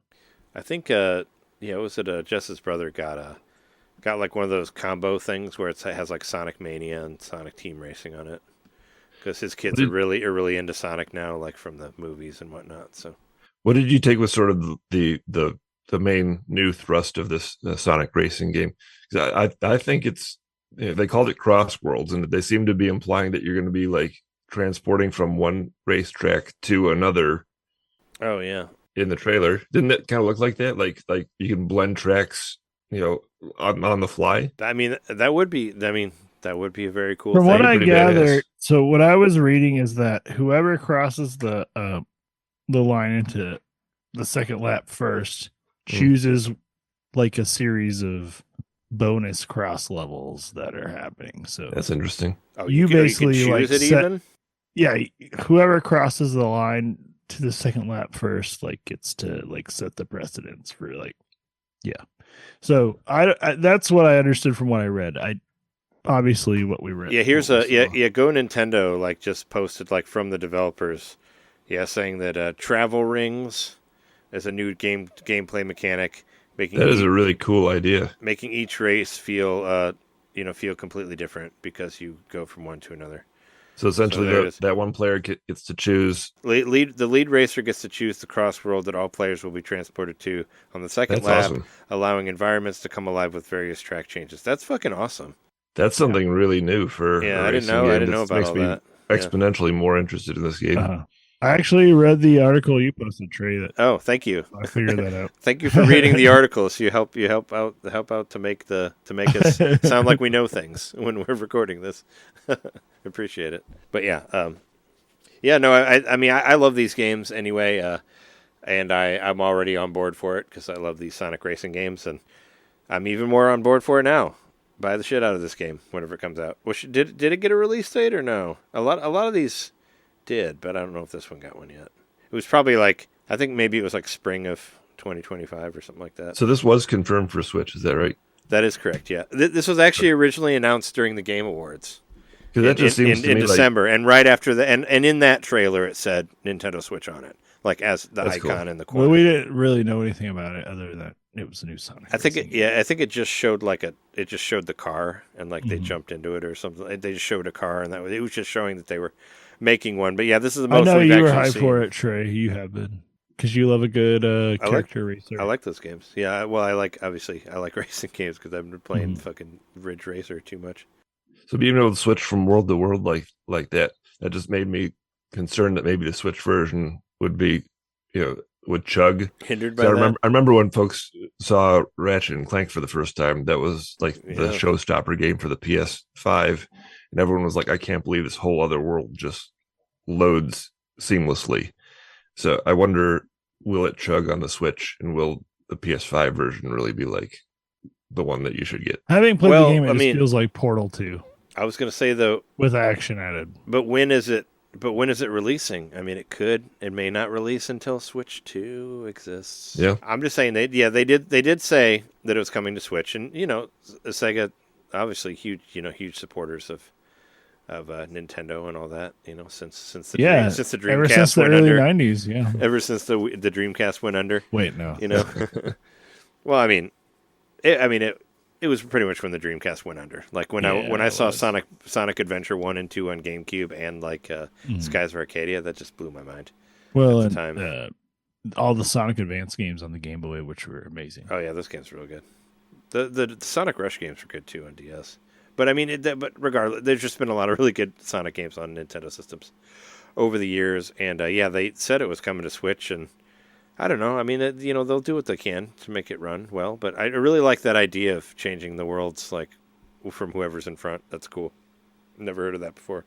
So that was a really cool one. What else is a really cool one that's on there, which I thought you might be interested in, Jeremy, is some more DLC for Dave the Diver. Specifically, DLC involving Yakuza and Ichiban from the Like a Dragon series, and it's like a beat 'em up too. So John should be interested in it as well. It's got some belt scrolling shit. Did any of you watch the video of it? I thought it looked pretty cool. I did watch it. I wasn't 100% sure. So it's like a new mini game within Dave the Diver, pretty much, right? Yeah. Well, I mean, it's a beat 'em up. Yeah, there's a beat 'em up with like Dave the Diver and like Ichiban, like. I guess you're beating up fish and you're still making shit, I guess, out of it. But I don't know. It's it would probably bring me back to. I definitely did not play Dave the Diver as much as you did, but I do like to see I play a lot of it. The Yakuza crossover. I also know Ichiban is like or Ichiban is Ichiban. I don't know what it means literally. It means number one. It doesn't mean number one. Okay. Yeah. It's like the beer, the Kirin Ichiban. It means it's like number one. I mean, well, Ichi is one in Japanese. Okay. Yeah. That's pretty cool. I mean, good for them. I remember they had a couple of DLCs, right? But those were all like crossovers with other indie games. Well, there was the Godzilla one, which I never. I didn't play. I don't know how that one. I don't know how that one worked, but it had Godzilla in there in some form. But it speaks to how much this game sold that they're getting properties like Godzilla and now Yakuza. Yakuza, big deal. Big properties, yeah. I would say Godzilla's bigger than Yakuza. Bigger, yes. Well, yes. Well, literally, literally, sure. And that's releasing in April 2025. Also, I mean, it's not on Switch yet, but I'm thinking. It's weird to say 2025 is now. Just say April. Please just say April of this year, which is 2025. Because we're in 2025 now. Just that is true. Yeah. Don't make me so too many years. Shocked that it's 2025. We're over 10% through the year right now. But something else about Yakuza, not on Switch, but probably will be on Switch too. We're getting a demo for the Majima pirate game. You're getting a demo on PlayStation on Friday, but that's pretty cool. That's cool. So try it out. I guess you're going to get to play a couple different fighting styles from what it was saying, but I'm still super hyped for that game. I was actually thinking about buying it for PS4, but I'm going to wait because I think it's going to be on Switch too. But I thought that game looked awesome from what because I watched the Sega. They did a Sega Direct of it like a month ago or something, and I thought it looked badass. I mean, I've said before, I kind of like the beat 'em up Yakuza stuff better than the RPG stuff, and this is more like that, where it's more like action combat, with RPG elements and whatnot. And I always liked Majima as a character, and I think it's controlling your own ship and getting shipmates and all. I mean, that's what you did. Seems to lean into the goofiness too. I mean, that's what you do in Ys 10 also. I always love in like Skies of Arcadia. I always love the like collecting your shipmates or whatever. and going on a boat trip and whatnot. I always thought that was it's cool. like as a video game mechanic. You're gathering a party, but you're also like upgrading a vehicle. Yeah, you're gathering like a big party that's going to put your, and of course it's Yakuza, so it's going to have weirdness to it and all that. And yeah, I'm excited. Hopefully the demo. I saw that there is a demo. I'm going to check it out. Hopefully it'll be on PS4 too, so I can try it out. But I mean, I know there was another Monster Hunter Wilds beta, but I did not check it out because there was like last week. The freaking network was down. But. Oh yeah, yeah. The PlayStation Network went down, but not for as long. So they didn't give out free games to people this time. Unfortunately, they give out 5 free days of PSN. They did give you some free days, but no free games. I kind of missed that. Yeah. But that time it was like really, really down. It's like no Monster Hunter for Mimi. It's like did we need to take out a terrorist again? Is that's what needed to happen? If you guys don't remember, Osama bin Laden was killed while the PlayStation Network only was if you down. Slide him gently into the water as his funeral. I'm just saying that maybe they needed to go do something because that's what happened. I remember that being a joke when the PlayStation Network was down. That was when they went to go kill Osama bin Laden. They had finally stopped playing PSN to go do that. But let's see what else. What else do we have from the State of Play? There's Darwin's Paradox. What's that? Darwin's Paradox. The octopus that changes colors or whatever. That was kind of one that I thought might be Nintendo, but it didn't really show a whole lot of the gameplay. But I mean, I like the idea of it, I guess, right? Doesn't he so not confirmed for Nintendo, but looks like it could be. No, it is confirmed. It is confirmed, okay. It's a Konami game, and that it has already been 100% confirmed. A new Konami game? Yes. I mean, there are... Oh, so this is some indie idea that... Oh, okay. Yeah. Darwin's Paradox. This was towards the beginning of the State of Play. Galapagos Unleashed. I was pretty excited about the State of Play because I was like, oh, like all this shit is Nintendo stuff, like for the first 20 minutes of it. So I was like, hey, you've met the blue-footed boobies. Get ready for the red-footed poopies. Yes, it's not the opposite of boobies. Exactly. Yes. I didn't see anything about this game. So what is it? I mean, it's like I said, it's an octopus that changes colors to. It's a platformer. It looks like a 2D platformer from what I could tell. There wasn't a whole lot of gameplay shown of it, but I thought it looked cool for what it was. Is it a goofy physics game? I don't know. I mean, octopus. I think Octodad. Oh, sure. I'm sure it's better than that game. I also just think adaptability. So it made sense that it was good. Well, I mean, Darwin. It's got the name in there. So the Darwin. We're right. The Darwin's Paradox would be like if Darwin's theories were airtight, then this would be what would throw them all down the loop. It sounds like there's some there's some sneaking in this. It says tap into your octopus instincts to sneak through hostile territories patrolled by the very human and definitely not alien U-Food Inc. Using Darwin's sucker-lined arms to maneuver past foes, players must use the mastery of the mollusk to deceive and distract with camouflage and carefully timed ink shots, utilizing the environment to gain the advantage. So as I said, you kind of like you can change your colors, but also, I thought the idea was like you use your octopus nest to keep yourself from getting eaten, and that's sort of like you evolving to not die or whatever. I don't know. It seemed the idea of it sounded cool from what I heard through my ears while I was vacuuming. It sounded like something I might try out if the price was okay and at the right time or whatever. Warriors Abyss. I know that's a Kawaii game. Is that related to the Dynasty Warriors series? Yeah, I was going to say a game that I probably won't be playing, but I might play. I don't know. Warriors Abyss, which is basically... All right. So Warriors Abyss, yes, it is a Dynasty Warriors game, but it's a Dynasty Warriors game. Roguelike Warriors is what it is. And it shadow dropped today on PlayStation Network, but it's supposed to shadow drop as well on Switch, which I haven't seen it on there yet, but it's supposed to come out this week. I don't know. We'll see what people think about it. I'm not really much of a Dynasty Warriors person, but the idea of it being a roguelike kind of intrigues me, but I'm not really into roguelikes, so I'm just like, I don't know. But I mean, since it's like a Tecmo Koei game, they do a lot of stuff for Nintendo, so I figured that it would be on there. So, and it is. So I think a Muso combined with a roguelike could be pretty cool. I think there is a spot for that if that hasn't happened yet. Yeah, I'm interested. I'm interested to see what people say about it. Like, I'm definitely not like going to be like, oh, I'm going to buy this or whatever. But I want to see what the reviews are like or whatever. And maybe I'll try it out, but probably not. We also got an official release date for Onimusha 2, the remaster, which already was announced on the Capcom Spotlight, but now it's coming out just a few days after the Capcom Arcade, or what was it, the Capcom Fighting Collection 2, which I'm really excited about. It's coming out on the 23rd, so it's making my birthday month even more exciting here. We got the Onimusha 2 remaster and the Capcom Fighting Collection a couple days apart. Capcom is like 16th, and this is the 23rd. So we got an official announced date for that. Hooray. And I think that's it, right, for Nintendo stuff that's on there? Am I missing any? I don't know.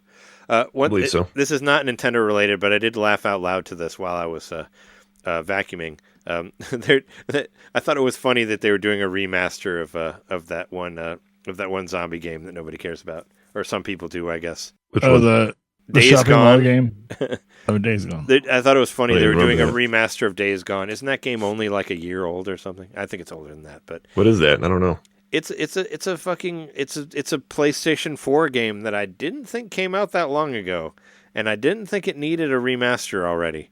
But if you buy it for PlayStation 4, you can pay $10 to get it on PlayStation 5 as a remaster, the original one or whatever.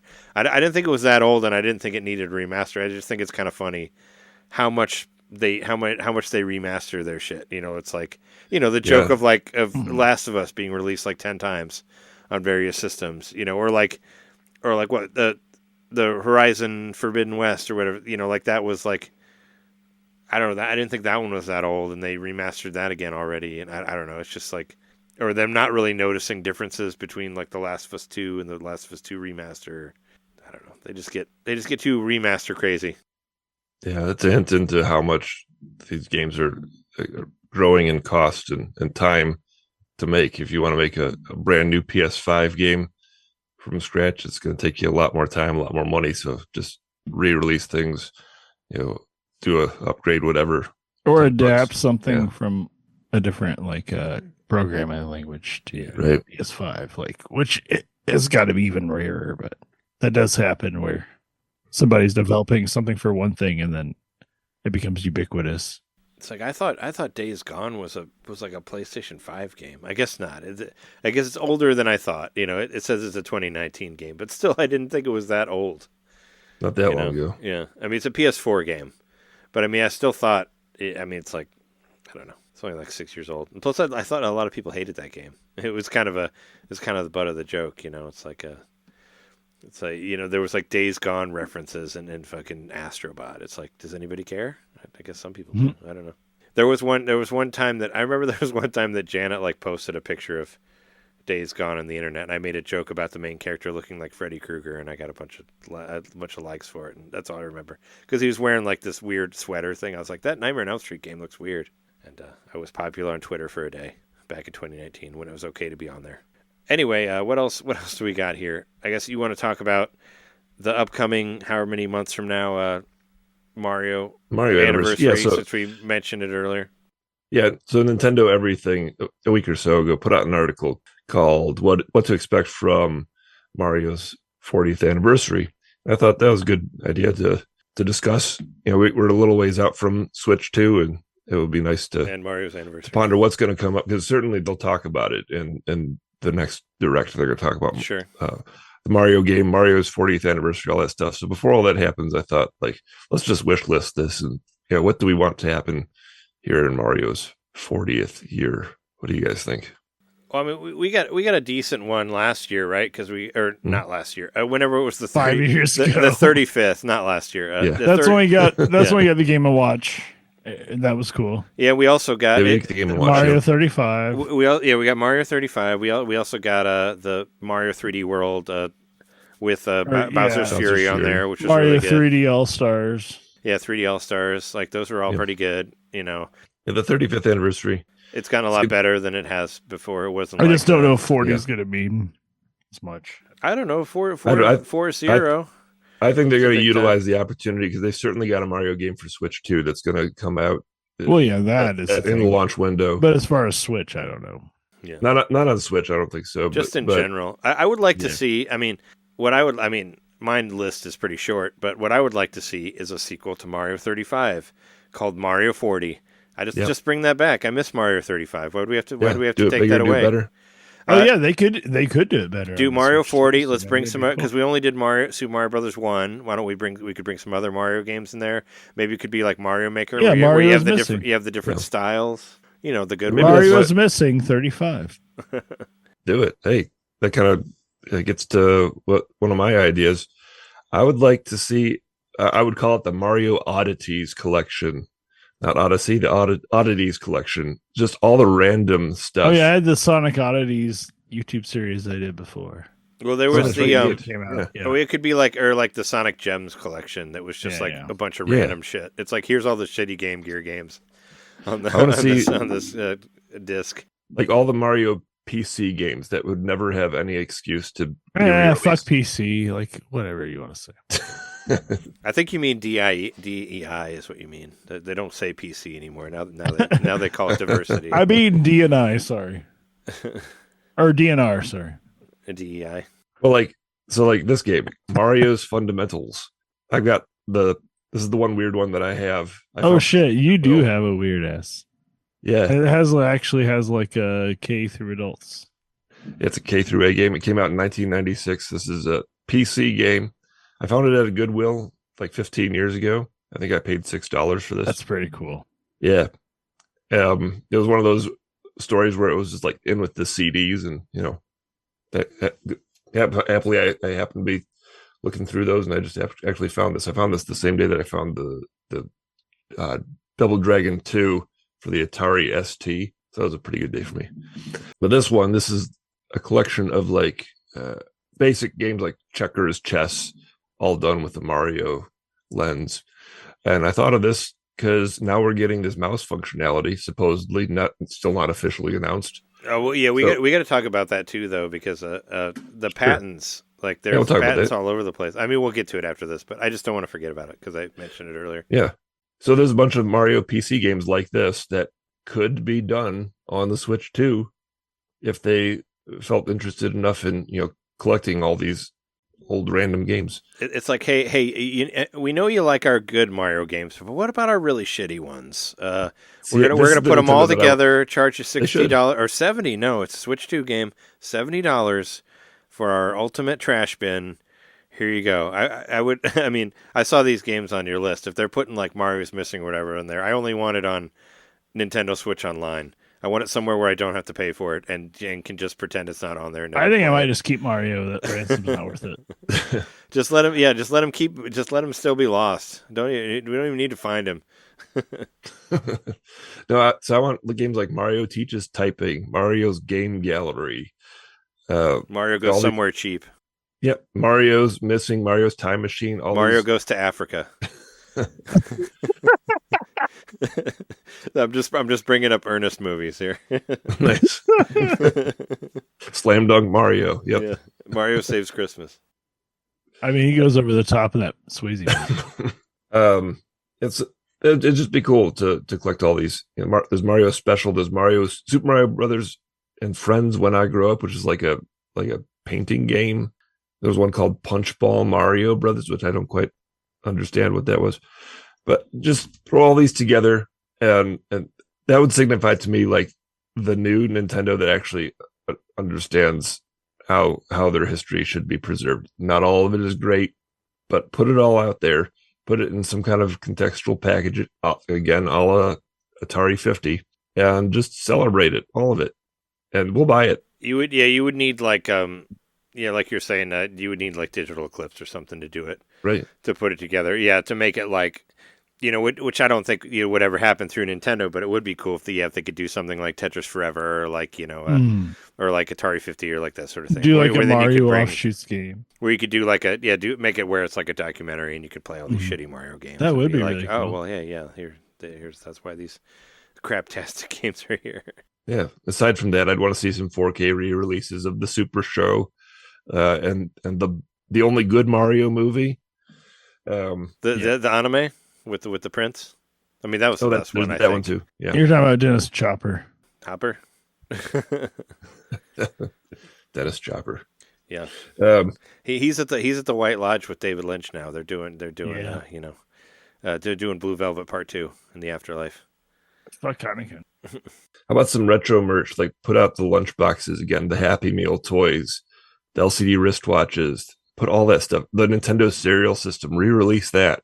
I would love if they did something where they brought the LCD watches back in some sense. Like, bring back literally, like, I'm sure they could do something like a Game & Watch where it was literally a watch, and then you could put like retro stuff on there. Oh man, that'd be cool. I just want Mario. I just want Mario Bring Galaxy the watch 2 back. Just give me Mario Galaxy 2. Damn it! Where's Game that watches at? were so cool when I was a kid. I was so obsessed with them. Where the fuck is Mario Galaxy 2? Give me that. I agree with that. Mario Galaxy 2. Mm-hmm. But see, now they have the NSO framework where they can put out things like Alarmo. Like Alarmo is only available through NSO members for now, anyway. Well, no, you can just buy it now. I think. I don't think it ever released outside of that. It did not? At least not yet. Well, maybe I'll buy one when I'm in New York in a couple weeks. I think you have to buy it from. I think you have to buy it from the website. I don't think it was ever. Yeah, I don't know. I thought that they didn't put it out officially outside of within the Nintendo whatever Club Nintendo network or whatever. It was at the Nintendo store. It was at the store, yeah. Oh, okay. Yeah, you guys should go to that store. Yeah, I'm going there. My hotel room is like a block away. Yeah, we had we went there in our hotel room. It was like in the winter, and our heat was broken, and it was so yeah. We're going to be there in the winter as well. So freezing, and yeah, we had to switch planes because our plane was canceled, and we learned the New York subway system pretty quickly because we had to because we did not. I know this guy named his last name's Jones, first name Casey. He's going to show me where to go. He's gonna hit you in the face with a baseball bat. Hey, it's a cricket bat. It doesn't hurt whatever. Yeah, whatever he has. As long as it's not American. Some hockey pucks. Last thing that I want from the Mario hockey 40th sticks, anniversary. I want the new Mario game to be revealed, a la The Wizard 2 Back to California. That would be funny. Do the big. Get Fred Savage, Jenny Lewis, the kid who played Jenny Lewis the Wizard. is not going to be in that movie. You can't. I guarantee she's got to come back. Oh, she's got to come back for the Wizard. You can't do too. Jimmy Woods again. Like Jimmy Woods is kind of problematic. Time. Yeah. Well, definitely problematic. Yes, you can't bring Jimmy Woods. It's kind of in a real way. No. That was it's ableist. That was the Power Glove kid who was problematic. No, Jimmy Woods was problematic too. I think. Yeah, I don't think so. I do. So. I think it was a little ableist. That movie was. I mean, it was a lot of things, but I mean, it would be hilarious if they did a sequel to The Wizard, which I don't think Nintendo wants anybody to remember that movie exists. But it would be funny if they advertised the new Mario in that movie. That would be hilarious. I don't think that could be funny. Yeah, I mean, they could do The Wizard Slater 2 isn't and doing just anything, right? Be like an intro for like a let's say there was a. Who would they make that movie with? Sorry, it's the people that made the Minions. Oh, Illumination. Yeah, Illumination. What if like whatever the next Illumination movie is, like there was like a little Mario short at the beginning? That could be cool. I mean, isn't Mario 2 coming out? The way out? Pixar does the little shorts, like why can't Illumination do the little short? Sure, I can see them doing that. I mean, isn't there like a new Mario? Isn't the new Mario movie coming out like next year? Next year. Yeah, doesn't it already have a release date? I will not. 36. I will not be watching it this time, but hey, it's coming out. I'll wait till it I shows will up on watch Netflix or whatever. Because I'll probably have a kid by then because I just got married, so that's what people do. Oh, jeez. No, I'm just kidding. We're not having kids. Only if that the weird guy from Mario and Luigi shows up. Hey, my name is Spike. The weird, the funny guy, the Fawful. I'll only watch it if he shows up. Fawful. No mustard. Yeah, the mustard guy. Mustard. Anyway, let's talk about what did you want for Mario's 40th? Did you already say, Jeremy? If you had the? Honestly, I thought the 35th went well, and I was more concerned with the fact that we didn't get a Metroid 40 or a Zelda 40. Like we sort of got a little bit of a Zelda 40, but we don't get as much for the other characters. It doesn't seem like. Yeah, the Mario 35. Mario had enough at 35. Like I'm not trying to like piss on our idea here. To downplay the 40th anniversary. I think exactly, but it's there'll like, still be something. I don't know. I turned 40 and I was like, I'm 40. I turned 40 during the fucking pandemic and it was depressing. You did. I turned 41 also because my birthday is that early in the year. I had 2 birthdays in the pandemic. It was fucking sad. Yeah. Recently. Yeah. We should clarify that, we're talking about Super Mario. Everybody's talking about Mario's 40th anniversary, but it's Super Mario Brothers. Obviously, Mario. Younger. 1981. I was going to say, when they're talking about Mario's... It's like going back to Jumpman. So, yeah, I was like, when they're talking about Mario's anniversary, is this like comic book? Is it like... because wasn't Mario's first appearance as Jumpman? That's like his cameo appearance before his actual appearance. Like, did they do that like you do in the comics? Where like you saw like Venom's hand before you actually saw Venom. Like in the previous, they do the same thing with Carnage, like and all that. In the comic books, you get your cameo where they're just in one panel, and then like later, that's like the actual one. Like, are they talking like Donkey Kong? Are they talking about Mario Brothers 1? Like, what do you mean by Mario? Like they must be talking about Super Mario Bros. They're talking about Super Mario Brothers because 1985 is when that came out. Oh, okay. So Mario's even older, is what you're saying. Mario's old. Yeah, Mario came out, 1981. But this has me thinking. As far as I'm concerned, 85 is just some babies if you're born in 85. Yep. Well, like so, in Donkey Kong, he was Jumpman, but by the time, at least that the Donkey Kong cartoon show came out, which I think was 1982 or something like that, they were calling him Mario in that show. So it's like his cameo. Makes me interested. Like, what was actually the first time that he was named Mario? I don't know. What was that the first time in the cartoon show, or at what point? Probably Mario Bros. Was it Mario Brothers? Yeah, probably so. The original Mario Bros. When did that come out? Was that 82 or 83? I think it was 83. That was 83. So that was probably it. Yep. And that was when it's established that it was Mario and Luigi Mario. All that crap. I thought that was established from the Stellar movie that came out. Sure. It says 83, but is that what you said? 83 or 82? Yeah. Yeah. I wonder if there was some point even before Mario Brothers came out, like in the advertising or whatever, you've got that Mario plush behind you. Like, when did that come out? Was that called the front butt? That was called Mario at that time. Yeah. Did that come out in 1982? I don't think that was. What was the official point when he became Mario? I guess maybe it was the game Mario Brothers. Yeah, I don't know what it's from. I think this is from the Mario 2 era when they were doing all the merch and stuff. Like, that was kind of when like the Nintendo merch stuff blew up. Was like in the Mario 2 came out, but they were still advertising it as Mario 1 and Mario 2 at the same time. And because in America, like Mario was a whole ecosystem instead of just a single thing. Instead of saying playing Nintendo, you say play Mario. Well, no. Well, yeah, you're right. But like Mario 2 and Mario 1 are often convoluted. This says 89, so yeah, this is definitely. Yeah, I figured it was not as old as Mario 2. But it's also like pre Mario 3 in the US. Got like a caveman head, like very narrow. Yeah, Front Butt Mario's got a really funny face for any of the. Yeah, I heard someone say that once. Yeah, vaccines. Well, my mom never had me have a vaccine, and I'm doing okay. So you also lost your hat. Anyway, have you ever tried elk? I picked up a fire right, Rogan. the other day. I was gonna say, are you? I thought you were doing RFK or something. I don't know. It's Mario Rogan. I don't know. I found it. I flower the other day. No, I don't want to be an ableist. I gotta stop. I got a dead bear and left it in my car for days.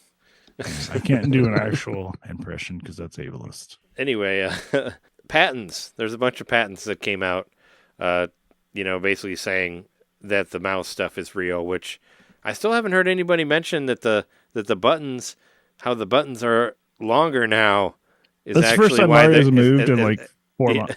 Is why it's actually real. Because I've seen that Switch 2 trailer a billion times, and the buttons are longer, so you can click on the top. Even in the patents, it shows that you can click on that because they go farther down the side. I've still heard nobody say anything about that yet. But yeah, there's a bunch of patents out showing all the different mouse abilities for Switch 2. One thing I thought was really interesting, even though Jeremy commented on the Slack that's kind of stupid looking, but the Pro controller, that you might possibly be able to take that apart and use it as a mouse too. Yeah, I thought that was kind of interesting. They need a good idea. They need to figure out. I mean, for me and a lot of old people like me who like to play video games on couches or recliners or whatever. We're just like, how are we going to? Where are we going to put these mouse pads or whatever? I think there will be a solution. There has to be some way to, because I like the idea of it, but it's also like I'm very much a couch player or a recliner player. I think they'll do something like I don't know, find a way to do it on your leg or something. I don't know. Yeah, exactly. That's what I was going to say. For Ring Fit, you had a strap you put on your leg. They'll have something. I think it'll be a very precise mouse. It won't be like something you buy off. Because like my mouse right now is kind of messing up, but like I probably need to change the battery. But it'll be something like precise that doesn't need a certain surface to yeah, read it. I'm just. It's just like it requires. But you gotta run it along though. Yeah, it like requires you to play it to be in a certain space. Where you have like a spot to hold it on. Like you need to. Right. And especially coming from something like the Switch, where you're supposed to be able to play it anywhere. There needs to be like different ways for you to do it, where you don't necessarily need a flat surface or like a mouse pad or whatever. It is kind of funny to think of like the evolution of the Wii, where you're waving it in 3D space, is to drag it along a surface. But it is kind of funny to think that's so much after the Wii. Mm-hmm. That's the feature that we're dragging along a surface. Well, we're bringing it all back to the Super Nintendo again. We're dredging the bottom of the ocean. We want to be fly in the skies. History repeats itself, especially in the Nintendo world. It's true, though. I just think it's amazing that let's go back to the Super Nintendo mouse again. Let's make it regular. This could have happened any time. I mean, it did happen on the Super Nintendo, like that. Someone in the console space thought to bridge the gap between consoles and PCs in this way, and it was simple. It could have been done at any time in the last 30-something years, whatever. But I mean, the SimCity game was one of the first SNES releases, and it stands up as one of the best releases of that game. That was a PC port. That was finally they could do a PC port. There's a lot of SNES games that were like PC ports from like the Amiga and stuff. Did you guys? I mean, I don't know how long. Did you guys like look detailed at all into the patents? Because there's some cool stuff in there. Like, I said, it was showing the Pro Controller that you could break apart and use as a mouse, but also there was that you could even maybe use the original Switch Joy-Cons as a mouse too. Like, there's something on there as well. There's a bunch of different patent shit in there. Like, I was just like watching a bunch of different posts of people breaking it down and whatnot. And there was even a newer one that just came out like today or yesterday, about which we mentioned earlier, about where you could possibly turn the screen upside down and do it. But in reverse. Because of the way the Joy-Cons attach, I guess you could do it. You could flip it and either way. It doesn't have something to do with the headphone jack as well. Because I guess some folks like having their headphone jack on the top or on the bottom. Sure. Well, I mean, it has a USB thing on it, both sides also, but maybe there'll be some sort of weird mechanic that you can use in Super Mario Party Jamboree 5002 or whatever they call it. I mean, I'm all about a modular unit that's intuitive. So hell yeah, if that works. Yeah. The way that I took this initially when it was posted on the Slack was, this is going to be for DS. It's not exactly what it's not what the article is actually saying. I just took that from the headline. But upon further thought, I was like, well, at least that means there's a gyroscope in the system to where this could be a possibility. Like, you could turn it into portrait mode. If you can flip it upside down, that means it can know when it's in portrait mode too. And so, yes, this I think could be a clue that we're getting DS on this system, and Nintendo could regarding your Joy-Con placement.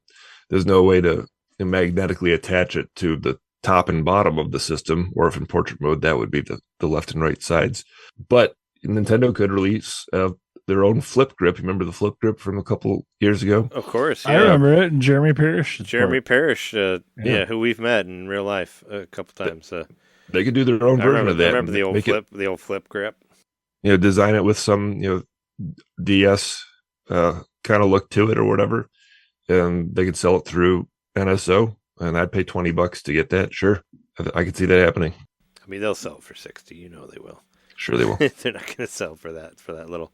But no, yeah, the patent stuff was really interesting, especially like with all the support of the mouse. There was a couple other things regarding the patents too. One was a patent hints at predictive input for a Switch 2. Nintendo Life was kind of what does that mean? I mean, that kind of reminds me of they were comparing it to rollback netcode. Okay. At a hardware level. I was gonna say it reminds me of like really hard arcade games. Like if you ever play any of those old SNK games, and every time you jump, they automatically auto air you, or like they already know where you're going before you actually do a thing, and it's really annoying. Like some of those early like arcade hard fighting games. That's what it reminded me of. Where it just kind of it predicts what you're going to do when you do it, or even before you do it. If it just has the ability, maybe you can scale it up and down on the fly if you want to. Maybe that would be just something in the system settings. And then another one was that this patent saying that the Switch 2 is going to use a 9-axis motion sensor versus the original's 6-axis motion sensor. Blah, blah, blah. Tongue twister. 9-axis. What does that mean? It goes. It goes through time like now? A whole dimension. No, level of sensibility. Yeah. Sensitivity, rather. There is a lot besides the XYZ axis, like within that, where you're moving. I don't know, where you're moving in full 3D space, where it does fit into the coordinates, but like I don't know. It means the Switch 2 is getting Motion Plus. Kind of, yes. Yeah. Well, I mean, sure. I mean, Switch 2 was like Motion Plus, so this is like, or Switch 1 was like Motion Plus on the Wii, right? So this is Motion Plus Plus or something. Yeah. I mean, maybe this points to better pointer controls in the way that they've been doing it on the Switch. Everyone complains, and rightfully so, that the Switch simulated pointer controls that use only the axis and no sensor bar are just not as good. So if there's it sucks. if it's a 9-axis system, maybe it's going to be the equivalent, more precise. Yeah. It just needs to be where you don't have to constantly reset. It's probably exponential with reset it. Like that's the whole. The whole problem is that having to reset it because it keeps getting unsynced. Like they need to find a way to, or just release a fucking sensor bar. That's probably the only way to fix it. I don't know. For real, I wouldn't mind a sensor bar. I would put that sensor bar proudly above my television, and I would play bowling all the time. Yes. How about some new games that got announced? There's a couple of interesting Atari announcements. Breakout Beyond is one of them. I actually had a dude at a party talking to me about that. Really? He was like really excited about it. It's a Bit Trip. Visual Eclipse, right? Or it's Bit Trip. Okay. No, it's from the people who made Bit Trip. Which makes me interested because I really liked. There were some of them that I really like. I really like Bit. This guy I was talking to at this party like owns a bunch of pinball machines and stuff, and he was like, "This is the best Breakout game I've played since back in the day or whatever." So I don't think it really made me want to check it out. I don't think it's out yet. I'll say I don't think that one's out yet. The one that we're talking about on this. Yeah, it was just announced, so maybe it's out on PC or something. I don't know. He might have been talking about it, but not. Played it. Was a different he was good. He was a cool guy. But I'm interested, having played a lot of Breakout on the Atari 50, which I thought they did a nice updated version on there. But this is like a side-scrolling version, it's almost like an R-Type or something. But it's like an ongoing thing. Yeah, it's like it's turned on its side and you can keep going forward. And like we said, it's from the people who did the Bit Trip series, which that game was. Obviously inspired by Atari, and it was nice audio visual. I'm excited about this game. I want to play it. The Bit Trip Beat game was really, really good because it was basically Breakout. It was kind of how those games. Yeah, you're right. Well, Bit Trip Beat wasn't. Bit Trip was basically like was like Pong, but it was like Pong as a rhythm game, and that's why I thought it was really, really interesting. Breakout was the next level of Pong, really. Right. It was like single player Pong, pretty much. But if you played Bit Trip Beat, it was like Pong, but it was rhythm Pong. You were actually.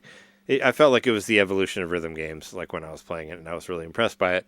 And then there were the other ones that came out that weren't necessarily as good, but that one was really, really good. And since it's similar to this, they made some really good games, though. Yeah, but they weren't as good as that first one. True. And I'm just saying that this one, because it's kind of like that, it intrigues me in that way. So maybe I'll try it out, but probably not. There's another one that Atari announced. I think it was today. Oh yeah, that one looks cool too. iRobot. Yeah, made by Jeff Minter. iRobot was a original. I think it was 1983 Atari game, and that one actually is on the Atari 50. The that impressed me on there. I didn't realize that they had that capability to do such a good looking game at that time, but it almost looks like it looks like somewhere between Super Nintendo and PS1, but this is like a game from 1983. It would have floored me in the arcade. It would have floored anyone in the arcade at the time. The new one really looked like a super like whacked out Star Fox game. Is kind of what I got from it. It's like it's Star Fox on acid or something. Is kind of what I with a Jeff Minter spin on it. What I got from it. It's like, oh yeah, instead of fighting a giant face, you're fighting a giant eye. Like that kind of reminded me of like the last levels of Star Fox, like 64 or the Super Nintendo one. So. It looks very cool. Yeah. And I didn't realize until recently that he actually did a remake of Aka R, which is has been available for like a year or so on the Switch. So if you want a Jeff Minter Atari game, that's a recent one. It's available right now. And there's like a Jeff Minter, isn't there like a Jeff Minter like Gold Series game or whatever too on Switch that's like whatever, that has like the documentary it's often on sale. Stuff. Yeah. I'd like to get it sometime. Yeah, they were all on sale, but they're not on sale anymore. I keep seeing them on there, but I have I don't know. I'm supposed to have I'll buy some stuff soon because I have a decent check coming in. But another game that looks really cool caught my attention this week called Neon Inferno, which is supposedly inspired by Gunstar Heroes. I missed that one. Heroes? Yeah, it's take a look real quick because the visuals are just like really impressive. It's pixel art, but it does have its own kind of vibe to it. It's like very neon cyberpunk. Has a nice sort of hazy look to it. It's beautiful. I hope so. It's in the name. I don't know. It's not finding it. It's a retroware game. I do kind of remember what you're saying now. Yeah, there it is. Neon Inferno. I was looking for Neon Hero. Maybe you said that. I don't know.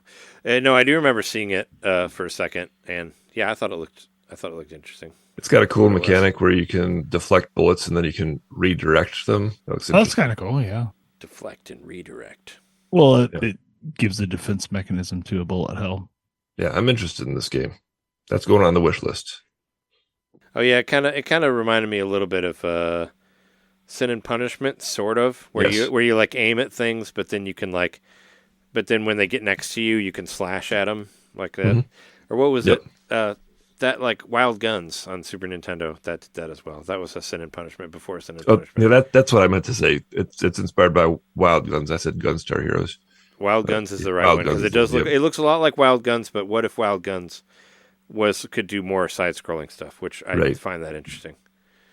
So yeah, no, it definitely looks cool. It kind of you could even say a little bit of Contra influence in there too as well. From what wild and crazy guns. We're a bunch of wild and crazy guns. It's not a Nickelodeon show. There's a Saturday Night Live reference for you. Tetris 99 is having a Donkey Kong Country Returns HD Maximus Cup. I saw that for all the bananas. Which I actually heard about it before anybody else did, and I posted on multiple social medias, and nobody cared. I think you heard about it before Nintendo. Well, I heard about it from Nintendo because I got an email from Nintendo of Japan, and that's how I heard about it. NOA didn't know before anybody else did.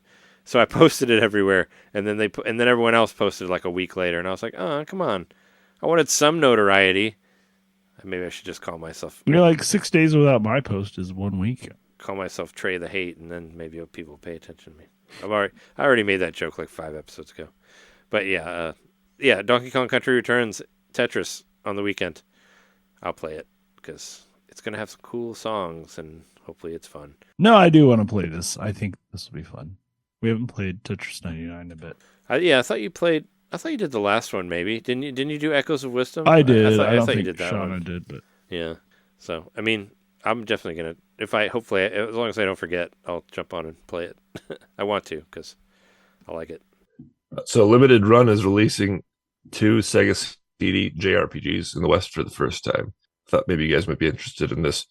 There's one called Ernest Evans and another one called Annette Returns. Ernest Evans was originally ported from the Sega CD and released on the Genesis in the West, but it was like the dumbed down version, didn't have the animation or CD quality music. It has nothing to do with Ernest P. Worrell. I was gonna say it. I didn't want to make the joke They had again. two but Ernest references and one. Oh, it's like Ernest Evans Goes to Africa. more Ernest references, the better. I support it. Yeah. And then Annette Returns is coming to the Sega CD. So these are coming out for modern releases for the Sega CD and for the Genesis. Oh wow! So we can't. So you have to buy them like. So you have Physical. to have a Sega Yep. CD. Is what you're saying? Yep. Damn. Yep. Yeah. I think it's cool. I mean, I still want one of those. It's I would like one too. I never had one. It's limited run though. You know, they'll probably put it out on digital at some point. Wait, you want a Sega CD? I do. I do. Yeah. I've always wanted one. I just didn't have I didn't have enough plugs for it. I mean, because I didn't have enough space. Well, I want it. I mean, there's stuff worth playing on there. I mean, mostly it's the Spider-Man game. The Spider-Man. You have feelings about the Sega CD? It's just a CD-ROM computer. Yeah. Yeah, but I like the games. I like the games that are on machine. there. But I mean, for me, if you enjoy the games that are on there, then it's yeah. You like the calculated dissonance CD? The cutscenes are very good for the Spider-Man game. Very good as in hilarious. So look them up sometime on YouTube. They're hysterical. Plus, it's the system to own if you like FMV games. I mean, that was the system that really introduced it. Yeah, and as John Wedgeworth showed to me when I was there, the Final Fight game is really good because it's got all these like fully voiced cutscenes. So if you ever wanted to know what Mike Hagar sounded like, you can hear it on that game. No, I imagine it's great, and I want everything. Yoshiko Koshiro did a bunch of the songs for that one in particular. I want everything CD based from Sega available to me, especially Panzer Dragoon Saga. I want. Well, that's stuff. Saturn, yeah, but it's still CD-ROM based, just like Sega CD. Sure. So I want all that stuff available to me, and then I will be happy. So no one's going to be interested in this but me. But the trailer for the new Smurfs movie includes an homage to the old Smurfs game on ColecoVision. Smurfs movie? Yeah, there's a new Smurfs movie coming out. How many are there? 5? I don't know. I think there was like 2 or 3, like maybe 15 years ago. One had Neil Patrick Harris, I remember. But they're rebooting it again. Oh God. And I have no interest in this movie except for that it has a homage to the ColecoVision game. So I will eventually watch this on streaming. I won't go to the theaters to see it. But that's how they get you. Reference to a ColecoVision fucking whatever. Well, so I mean that was one of the first video games that I ever played, so I have a soft spot for that. I had as a very young child, I had Smurf Paint and Play Workshop on the ColecoVision. Peyo! By Peyo, yes, the artist, French artist. He was Danish artist. You're Danish. You should call me a dessert. Yes. Does it have a cream cheese filling? Speaking of desserts, are we almost done with this episode? Yeah. I think I'm about to dessert this episode. Exactly. That's what I'm saying. I need to dessert the fuck out of here. That's good. That's good for this episode. Thanks everybody for listening to episode 458. And if you like hearing us and you want to, throw us some money from this free entertainment and let us know let us know that you like us, go to patreon.com/NintenDomain podcast. And for $1, you can hear our bonus episodes. And for $5, you can see videos and listen to WART radio and all that other stuff. And it's cheap, and you can try it out for free too. You can get like a whole week. And I think there's actually episodes that are available individually and all that you can get on there for like $2 or $3. So check it out. Also, you can find us all over the internet. Just look up NintenDomain podcast. We're on various things, including YouTube and Twitch and Blue Sky and whatever else. Find us on there and send us a line, or go to NintenDomainPodcast.com. Wherever, go to all these places. But we've been your hosts. I'm Trey Johnson, Jeremy Kowski, John Nitter, and thanks everybody for listening. We'll see you next time. Cy Young Award.